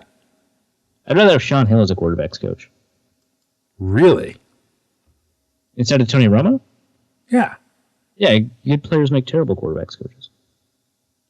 Oh, man, but we've been over this. Like, I am of the mind, and I have zero evidence to support this, that one of the reasons Dak Prescott has done so well this year is he's got Tony Romo on the headsets in his ear. Okay, so do you like Tony Romo or not? I don't know. I'm like Randy Marsh in the episode of South Park where he can't stop being sarcastic. I don't. Is this a cry for help? I'm not sure. I can't figure out who that wide receivers coach was that I was looking at. But there's a wide receivers coach who's only a coach in 2016 before the staff he was on got fired. Who could that be? I have no idea. I'm guessing he's good because his name interested me and now I forgot him. There you go. Great job. Zen Cupid at ZenDBP follows up. How important and interchangeable is a quarterback's coach? And how different is that from other position coaches? Pretty important. It depends on like how involved your offensive coordinator is with quarterbacks coaching. In this case, Pat Shurmur was probably not as involved as a lot of people think, because he also had to be not just the offensive coordinator, but the tight ends coach, which is like an actual literal job that he takes seriously and has to do. Like, it's not like some random title that he was appended and no one was coaching the tight ends. Like, Kyle Rudolph had a pretty good season, and someone had to have like scouted David Morgan, right? So I think like, he had his hands full, and so I think that a lot of the success that the Vikings had at quarterback this year actually had a lot to do with Scott Turner. And so that's one reason. While it is not surprising that he got fired, it is maybe a little bit disappointing that he got fired. Unless, and the Vikings clearly know more about their internal structure than I do, someone else, maybe actually Pat Shurmur, maybe an assistant quarterbacks coach, maybe not even a quarterbacks coach at all, was involved in coaching Sam Bradford personally. Maybe there won't be a quarterbacks coach. Maybe they'll hire a new tight ends coach, and Pat Shurmur is going to be an offensive coordinator / quarterbacks coach. In terms of like how important it is, it's like pretty important, but like there's ways around like the requirement for it / needing one. A lot of people inside the Eagles organization were talking about how critical it was that Carson Wentz was paired with the right quarterbacks coach for his success this year, which I suppose in hindsight is now an argument against quarterbacks coaching, because Carson Wentz ended up, shitting the bed for the rest of the year. Pennsylvania, no more. Pennsylvania, no more. A lot of people are pointing to the problems with Jared Goff, not as problems due to scouting or problems inherently due to Jeff Fisher as a coach, but in the lack of quarterbacks coaches around him. I think that's also a bit misleading, because he has, I think he has Frank Reich, a former quarterback, as well as Chris Weinke, the former Heisman-winning Florida quarterback, plus the most sought-after, or the second or third most sought-after, these things change, individual private quarterbacks coach for draftees and college quarterbacks. So I think it's important, but I think that people who place a lot of importance on it are probably wrong, and people who place no importance on it are probably wrong. So it's another hedging answer from Norse code, but pretty important. I mean, check the hedge-o-meter. Still pro-hedge. Today we're pro-hedge still. Ben Glassman? Sure. One of those. Sorry, but Ben writes in, San Francisco Sports Radio said Minnesota's offense got worse when Norv left. I feel like that's wrong. A lot of people I'm actually kind of surprised by this. So a lot of people seem to hold this opinion. And I didn't realize this until after the season was over. That includes people in Minnesota. I was talking to my girlfriend's dad. He had this opinion. Really? You don't think it was just people looking for someone to blame for 8-8? No, I think that's it. But I don't think that means they think they're wrong. But I think that's how they arrived to that conclusion, right? Where they were 5-1, 5-2 with Norv Turner, and like 1-6 or whatever, 2-6 without him. So those numbers don't add up to 8-8. I don't really care. But we talked about it on the show. Like we started out with Sam Bradford and a scheme that was kind of tailored to a quarterback who could, work the short game with like a small playbook.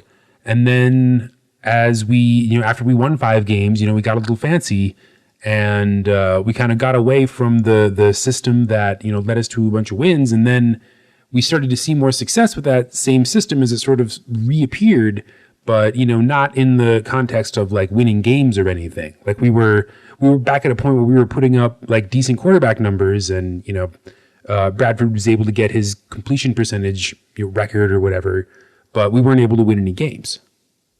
Yeah, and so, and I will say that I think that the narrative that Norv wasn't quite in control of the offense at the beginning of the season is not quite true either, which is really weird, because a lot of people who made the argument that Norv Turner was not in control of the offense are also making the argument that the system was better with Norv, which is kind of interesting. But I mean, that's just a problem of internal argument consistency. It's not necessarily like both arguments are wrong. But I think that there's pretty good evidence that Norv Turner was actually in control of the offense the first however many games of the season that he was nominally in charge. Because if you take a look at the percentage of dropbacks that are 3-step or faster, the number of dropbacks is something like 40% on average, and it doesn't move that much beyond the average to a maximum of 55% through the first 6 or 7 games of the season when Norv was in charge. That number spikes to around 70 or so percent under Pat Shurmur. It's very clear, obvious offensive difference. And so the offense was more tailored to Sam Bradford and, in theory, Teddy Bridgewater in 2016 than it was in 2015. So Norv actually made some great strides in terms of creating an offense that better accounted for the nature of its offensive line. But he didn't go far enough, and I think that's why he was forced out.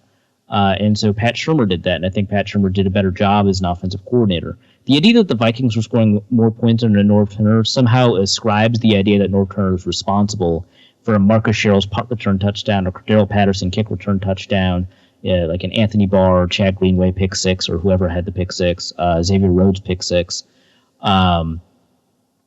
Eric Kendricks, I think, had a pick six. I don't know, man. There's a bunch of defensive and special team scores that clearly had nothing to do with the offense. I think that offensively, the players that we wanted to improve over the course of the season, that we expected to start or play big roles, players like Stephon Diggs, Adam Thielen, Sam Bradford, did do so.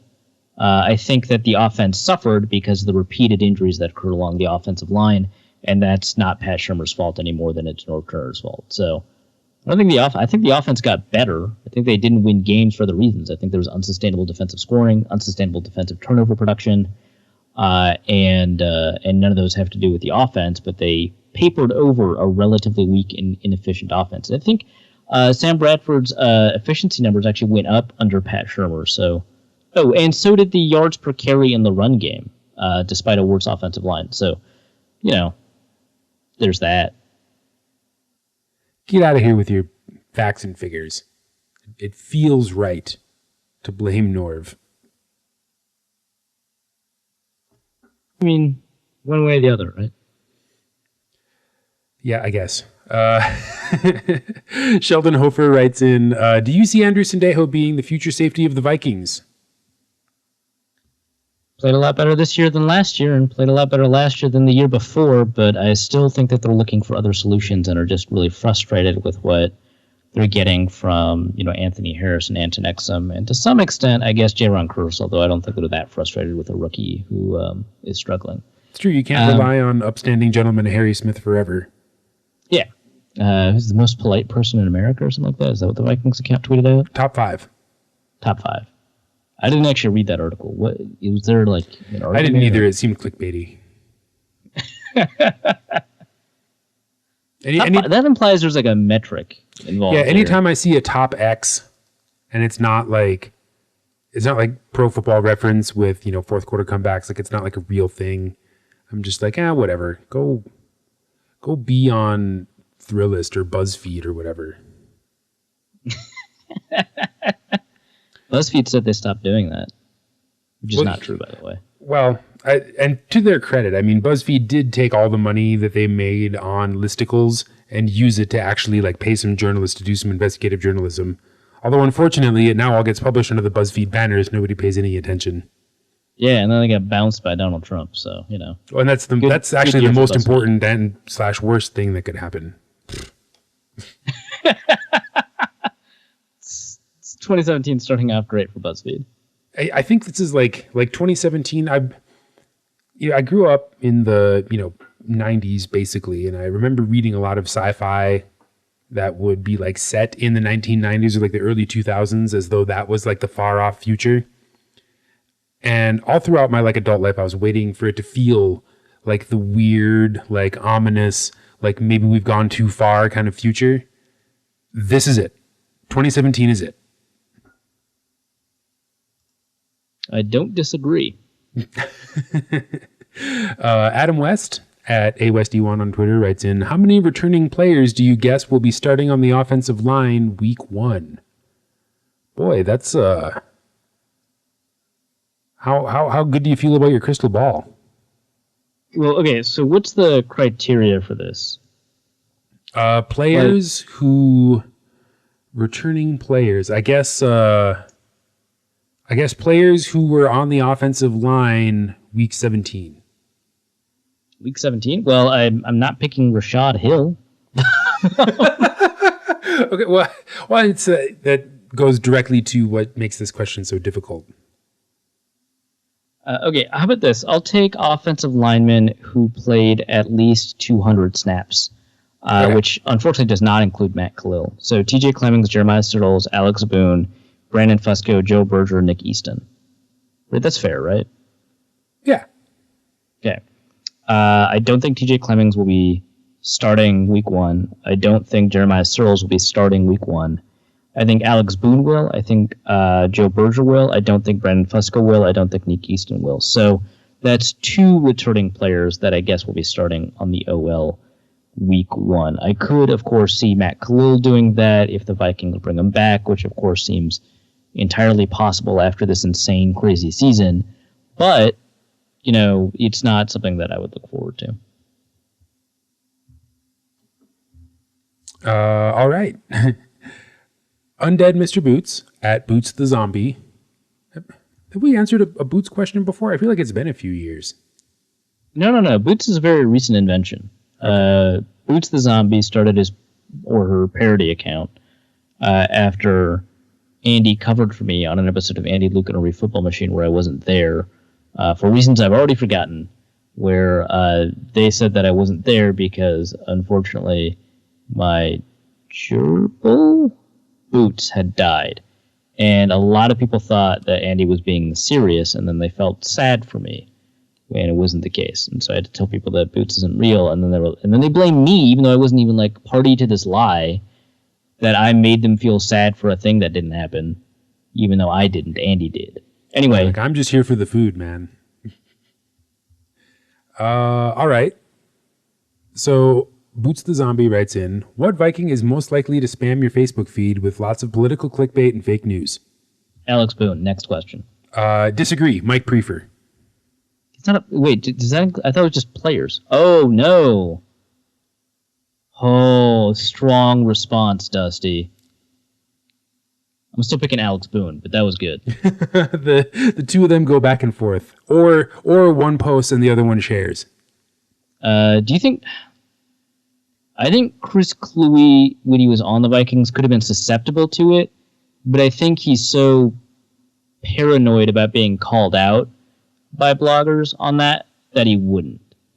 I think Adrian Peterson would. I think Kluwe would have been probably number 1 for when he was on the Vikings because he didn't realize I don't think he was like fully aware of the consequences of being like a noisy football player. While he was on the Vikings, that makes sense. Yeah, now that he's like fully retired and has his little video game shop, it can be just like a cantankerous nerd with like independent wealth because he's like really smart about that sort of thing. Now, he's got his own thing going. But back when he was on the Vikings, I think, oh man, I would have loved to be like there for the Facebook fights between Chris Kluwe and Mike Prefer after the election. I think that would have been amazing. Yeah, some classic drama. I think you're right. I think my number 1 pick before I thought of Mike Prefer, like I was like making a sandwich and I dropped my knife. When the thought just like struck me like a lightning bolt, I was like, oh my God, of course. But no, Adrian Peterson was number 1 up until then. I really think it's Alex Boone. Really? All right. Yeah. You would know better than I in this instance, except for about Mike Prefer, because it's definitely him. I would set the over under on the number of Trump stickers on his truck at 2. Really, only? Well, no, that's the point is that you either have like lots or 1.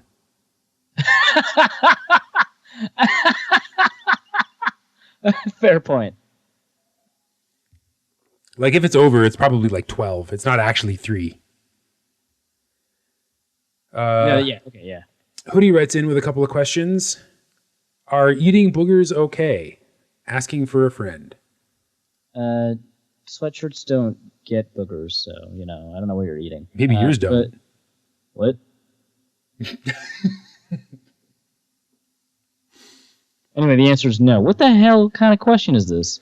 Now, Hoodie apparently likes to write questions that'll lead to unconventional, and after last week, this is probably going to be an equally unpopular take. But I think if you're a little kid, eating boogers is not only okay, but it's probably good for you. How could it possibly be good for you? Because you your body is literally trying to get rid of it. Yeah. It's an immune response, right? It's like a mucus trap for bacteria and dust. Yeah, dust and stuff. So if you're swallowing your boogers, then you're introducing foreign bacteria into your body in a relatively controlled way. It has to survive the mucus-lined esophagus and the extremely acidic stomach. So you're basically vaccinating yourself against your surroundings. No, you're not. That's dumb. If it can't break out of the mucus barrier, how could it vaccinate you? It has to interact with your body in some way for you to develop an immune response. Well, no, but the point is that it's similar to a vaccine in that you're ingesting a weaker form of or a lower quantity of the bacteria or virus. I guess bacteria would make more sense in this context. It's not enough to make you sick, but it's still enough in your body to maybe trigger an immune response, or at least give you some antibodies.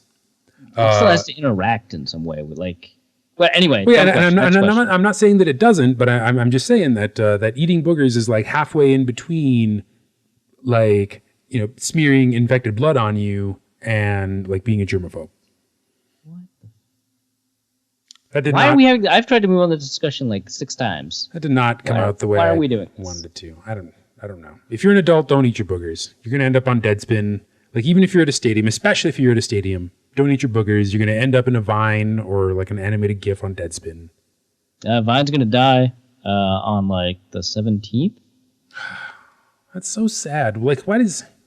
I feel like Twitter's endgame is to find someone that will buy them for enough money just to stop Donald Trump. That's a healthy business model. Well, because, up until now, their business model, Twitter, the platform is amazing, but Twitter, the business, seems dedicated to collecting a small amount of ad revenue and then using it to buy, Twitter-related services and then destroy them. Yes, that's what it seems like. And I don't know. I wish they would diversify their desire for their own destruction somehow. Could you at least make it less obvious that you suck at what you do, Twitter? Thanks. If you could find a way to make your company just a little bit more like your platform with maybe fewer Nazis. Hoodie also writes, if Dusty or Arif did porn, what would their porn names be? So I don't actually have a good answer to this, so I decided to use the classic porn name generator response, which is to take the name of your first pet, the name of the street that you grew up on. Obviously, this works better in the suburbs than it does in the cities. Oh, it works perfectly for your street. Well, okay, if you use the street from your house in Grand Forks, then it's perfect. Yes. So I had a goldfish named Blackie, which means that my name is Blackie Allwood. That is phenomenal. Right? Can't beat that. Although I feel like people would be a little disappointed once they saw the video. I feel like that name writes checks that your body may not be able to cash. As far as you know. I'm not Statistically, they'll be disappointed. I'll just I'm not doubting the Allwood.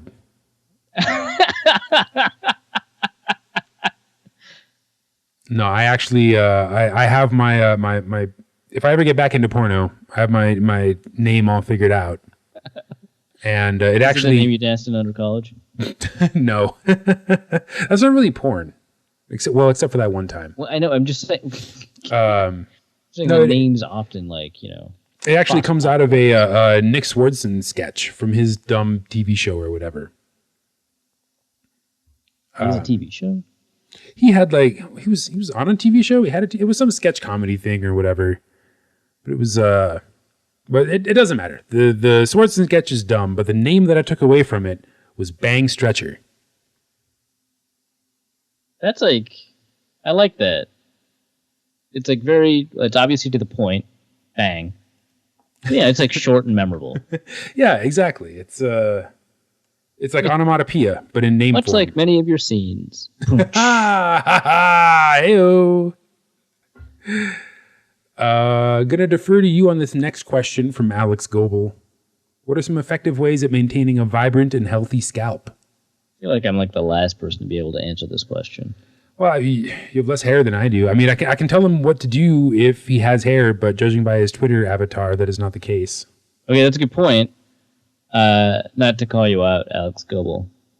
As a fellow baldy it's his Twitter, I feel fine reading people's Twitter handles on the air and like making fun of their avatars because they're public.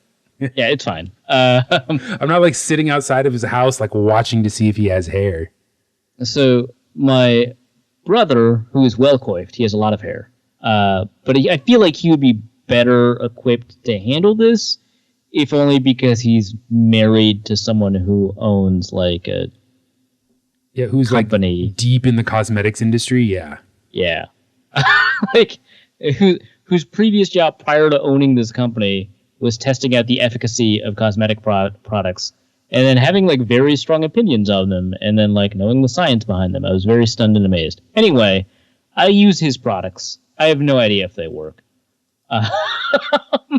So when you say his products, do you have like a scalp soap? Do you use like wax so or not oil? A scalp product. It's a small company, so they don't have like a diversity of products or brands. But so the company's name is OG. And honestly, what I've been doing, and it's been working for me, I have no idea if it's a good idea, is so they gave us a bunch of Christmas gifts. One of the Christmas gifts was a bunch of products from the company he owns, which makes a ton of sense. And one of the gifts was the company's OG, OGEE, is OG face oil, face tree oil. I assume it's oil from trees meant for your face, and I figured the scalp is adjacent to the face, so I drip oil on my head after I shave, and now my head doesn't feel as dry after I shave. Seems nice. Girlfriend seems to like it. That's my answer. So yeah, so it's like and it smells friggin' wonderful. It's like toner, basically, or like a facial finishing oil or something that you just like keep going once you get past your face. Yeah, essentially. Yeah, I mean, if you had hair, I would just say Head and Shoulders. I mean, it's worked for me. I still have lots of hair, despite my advanced age. He old. He old. Zen Cupid returns to ask us, what is the best method to enjoy buffalo chicken? Wings, unpopular opinion that I know. Oh, sorry, I'll let you finish the question. Well, he just goes on to specify the different ways that you can eat buffalo wings.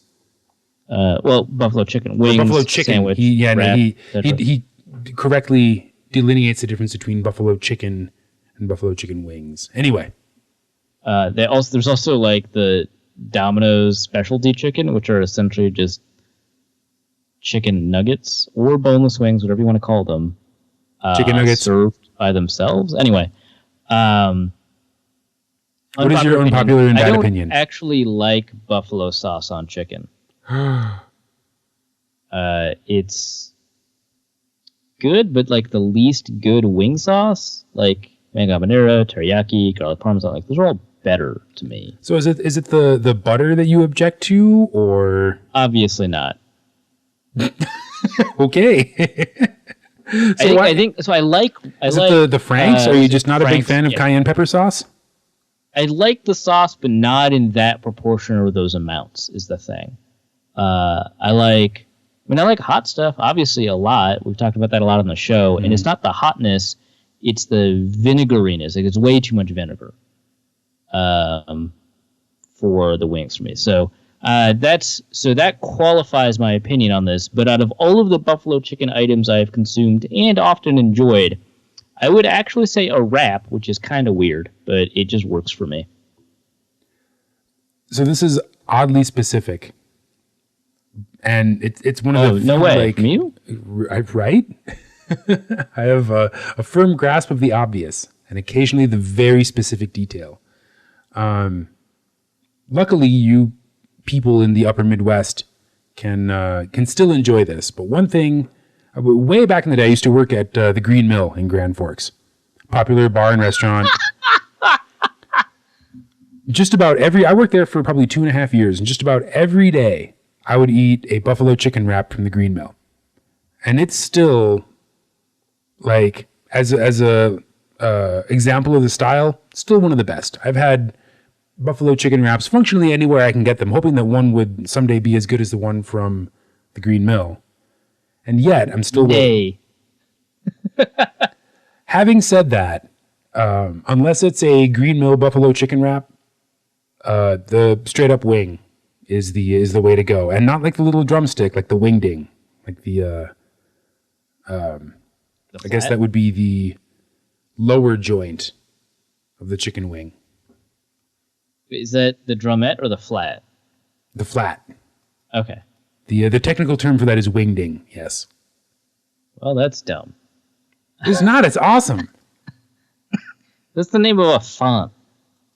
I mean, yes. But and therefore cannot be the name of anything else. You know, like other fonts. Impact, Arial. Cannot be other things. Look, just be glad they're not called the Comic Sans.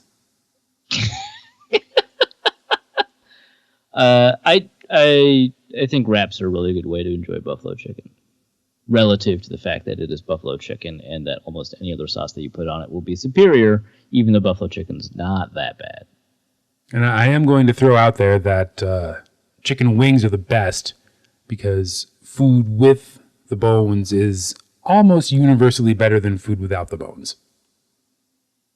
That is a smart argument, and I generally agree with it. I'm trying to tread carefully, given how dramatic last week turned. I was genuinely surprised by the vitriol. What happened? I don't remember. Oh, what are people angry about? I don't remember what happens on shows. Oh no, that was when I set off the crispy bomb.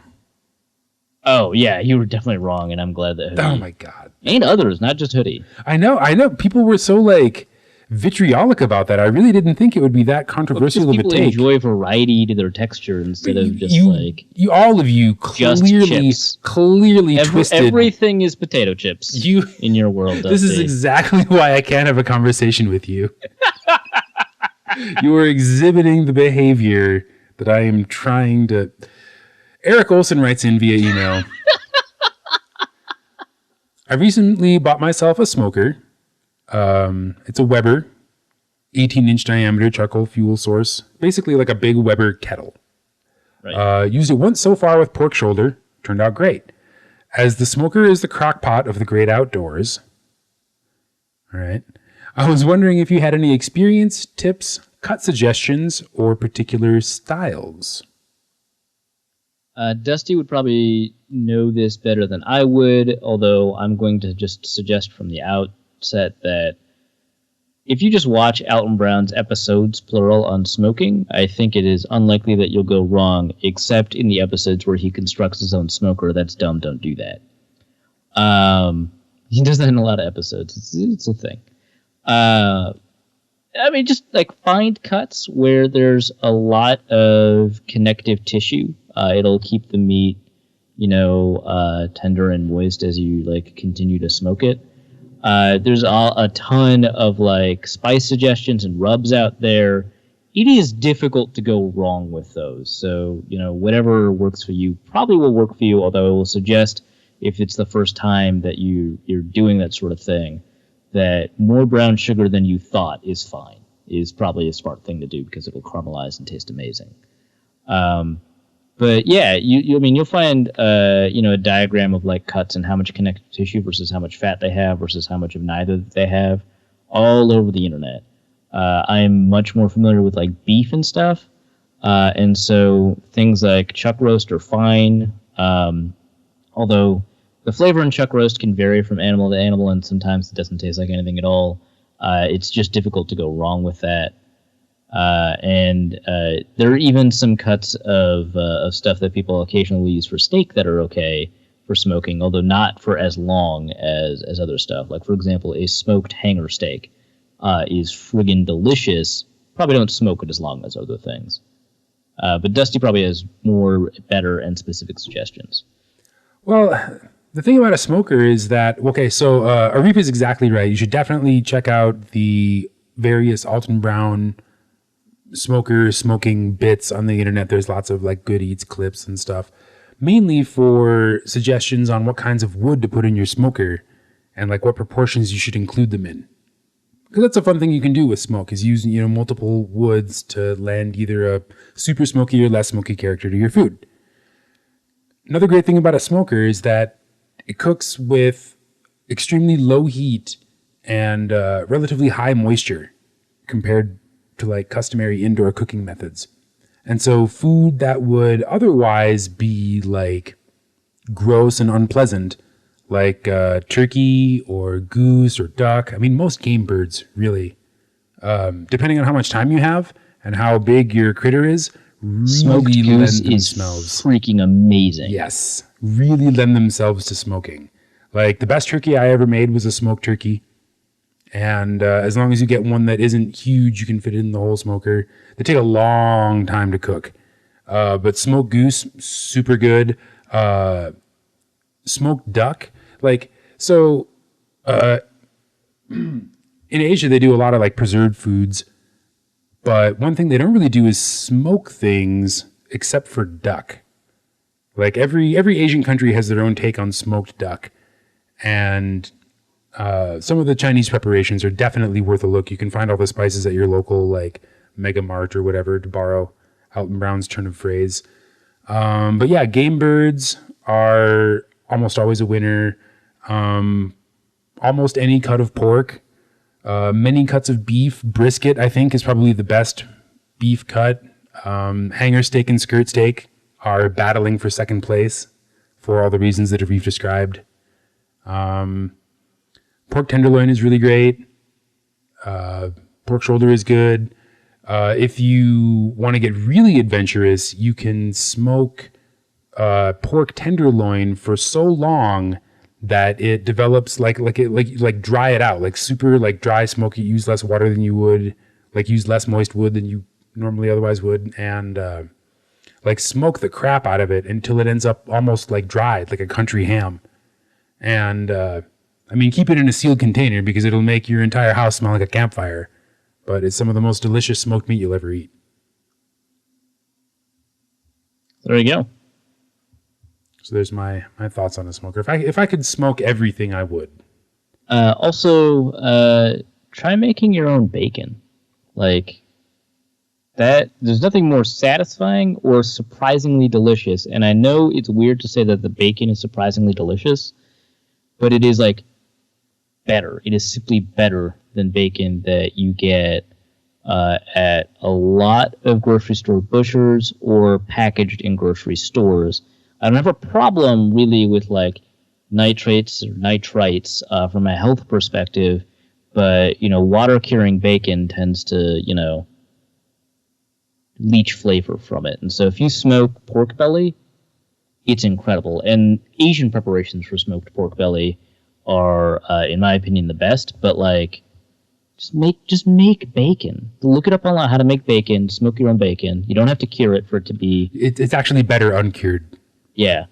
There's like a lot of stuff about like, oh, we love bacon. There's like a backlash, I guess, about putting too much bacon on foods on the internet and stuff like that. And like, there's a meme about loving bacon. Just ignore that. It's just the best bacon, regardless of whether or not you're sick of hearing about bacon or you want more of bacon. Just smoke your own bacon. And if you want people to not give you the, oh, you like bacon? Oh, what are you, 2009? Like, if you don't want to deal with that, just get yourself some pork belly, don't cure it, smoke it, and then serve it as smoked pork belly. And people would be like, this is like bacon, but better. And you'll be like, exactly. Because there's really no reason. We live in a world where we've got plenty of refrigeration. You don't need to cure your pork belly anymore. It's the most delicious, most fatty, like, part of the pig.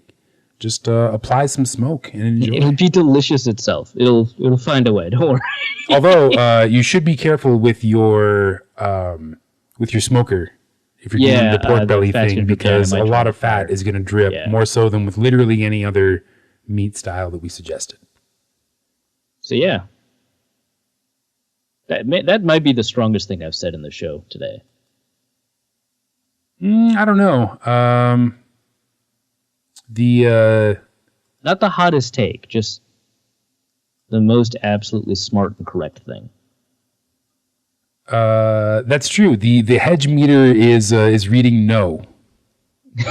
Anti-hedge. We are now not hedging on the value of smoked uncured pork belly. Which, if you can't believe in pork belly, then there's nothing left for us. We may as well just get Elon Musk to finish up that rocket so we can go to Mars. And somehow find a way to live there, despite the hellscape that it is. I forget who said it, but someone said it and they were exactly right. The best place on Mars is worse than the worst place on Earth. That's great. You don't see anyone rushing in a rover to go live in the middle of Death Valley. Why are we trying to go to Mars? All right, let's go to Mars. I kind of want to go to Mars. Yeah, especially after having watched The Martian, the best Mars tourism video out there. At least one new thing you didn't know you could do with poop. Mars. All right. Will you be doing any paid work in the near future? Is there anything that we can look forward to? Yeah, the stuff I promised last week but then didn't write, I intend on writing this week.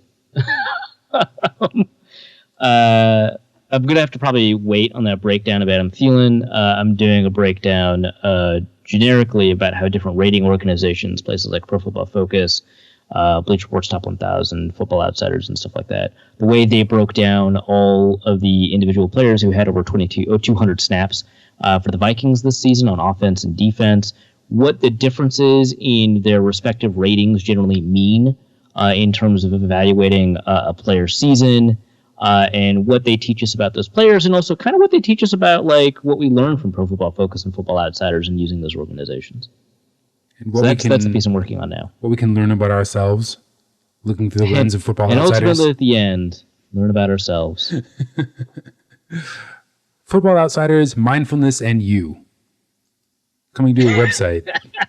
Courtesy of genuinely useful human Arif Hassan.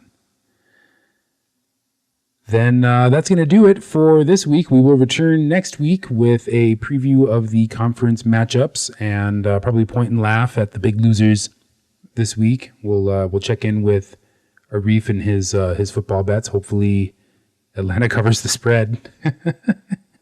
Right. And I'll have an update on a functionally pointless. It's pretty much pointless if you're in a daily fantasy league that has like 1.2 million potential entries, right? Like that's pretty pointless. May as well just go out and ask to be struck by lightning. But regardless, I'll have an update for you along with whatever else piques our interest. Maybe Adrian Peterson ride a camel or something. But whatever happens, you will be sure to hear it on the #1 podcast for your Minnesota Vikings, Norse Code. Thanks to Peter Tegland and everyone else who has contributed to Norse Code in the past. There'll be details on how you can become a contributing member of Norse Code. Join our happy little community here in the outro. And until we return, our formula is, and I guess we need to start working on season 5. But season 4 formula, spoons out. See you next week. Norse Code is the largest and only division of Norse Code LLC. You can find Norse Code on the Daily Norseman, SB Nation's Vikings blog at dailynorseman.com. You can also find it on iTunes, Stitcher, Google Play Music Podcasts, or wherever else fine podcasts are aggregated. Our Vikings blogger extraordinaire and generally useful human is Arif Hassan, who can be found on Twitter at Arif Hassan NFL. Our intrepid producer and occasional co-host James Pagachnik can be found on Twitter at Big Mono or curating the official Norse Code Twitter feed at NorseCodeDN. I'm your host with a firm grasp of the obvious, Dusty O'Connell, and my name is my handle on Twitter. If you'd like to donate a few bucks to the show, your one-time donation can be made at paypal.me/NorseCode, or a recurring monthly contribution can be made by visiting patreon.com/NorseCode. Please visit our website, NorseCodePodcast.com, where you'll find links to our Facebook and YouTube pages, along with the episode archive and some other good stuff. And any questions or comments that won't fit in a tweet can be emailed to NorseCodePodcast.com. On behalf of James and Arif, my name is Dusty, and we all thank you so much for listening. Our formula is this. We go out, we hit people in the mouth.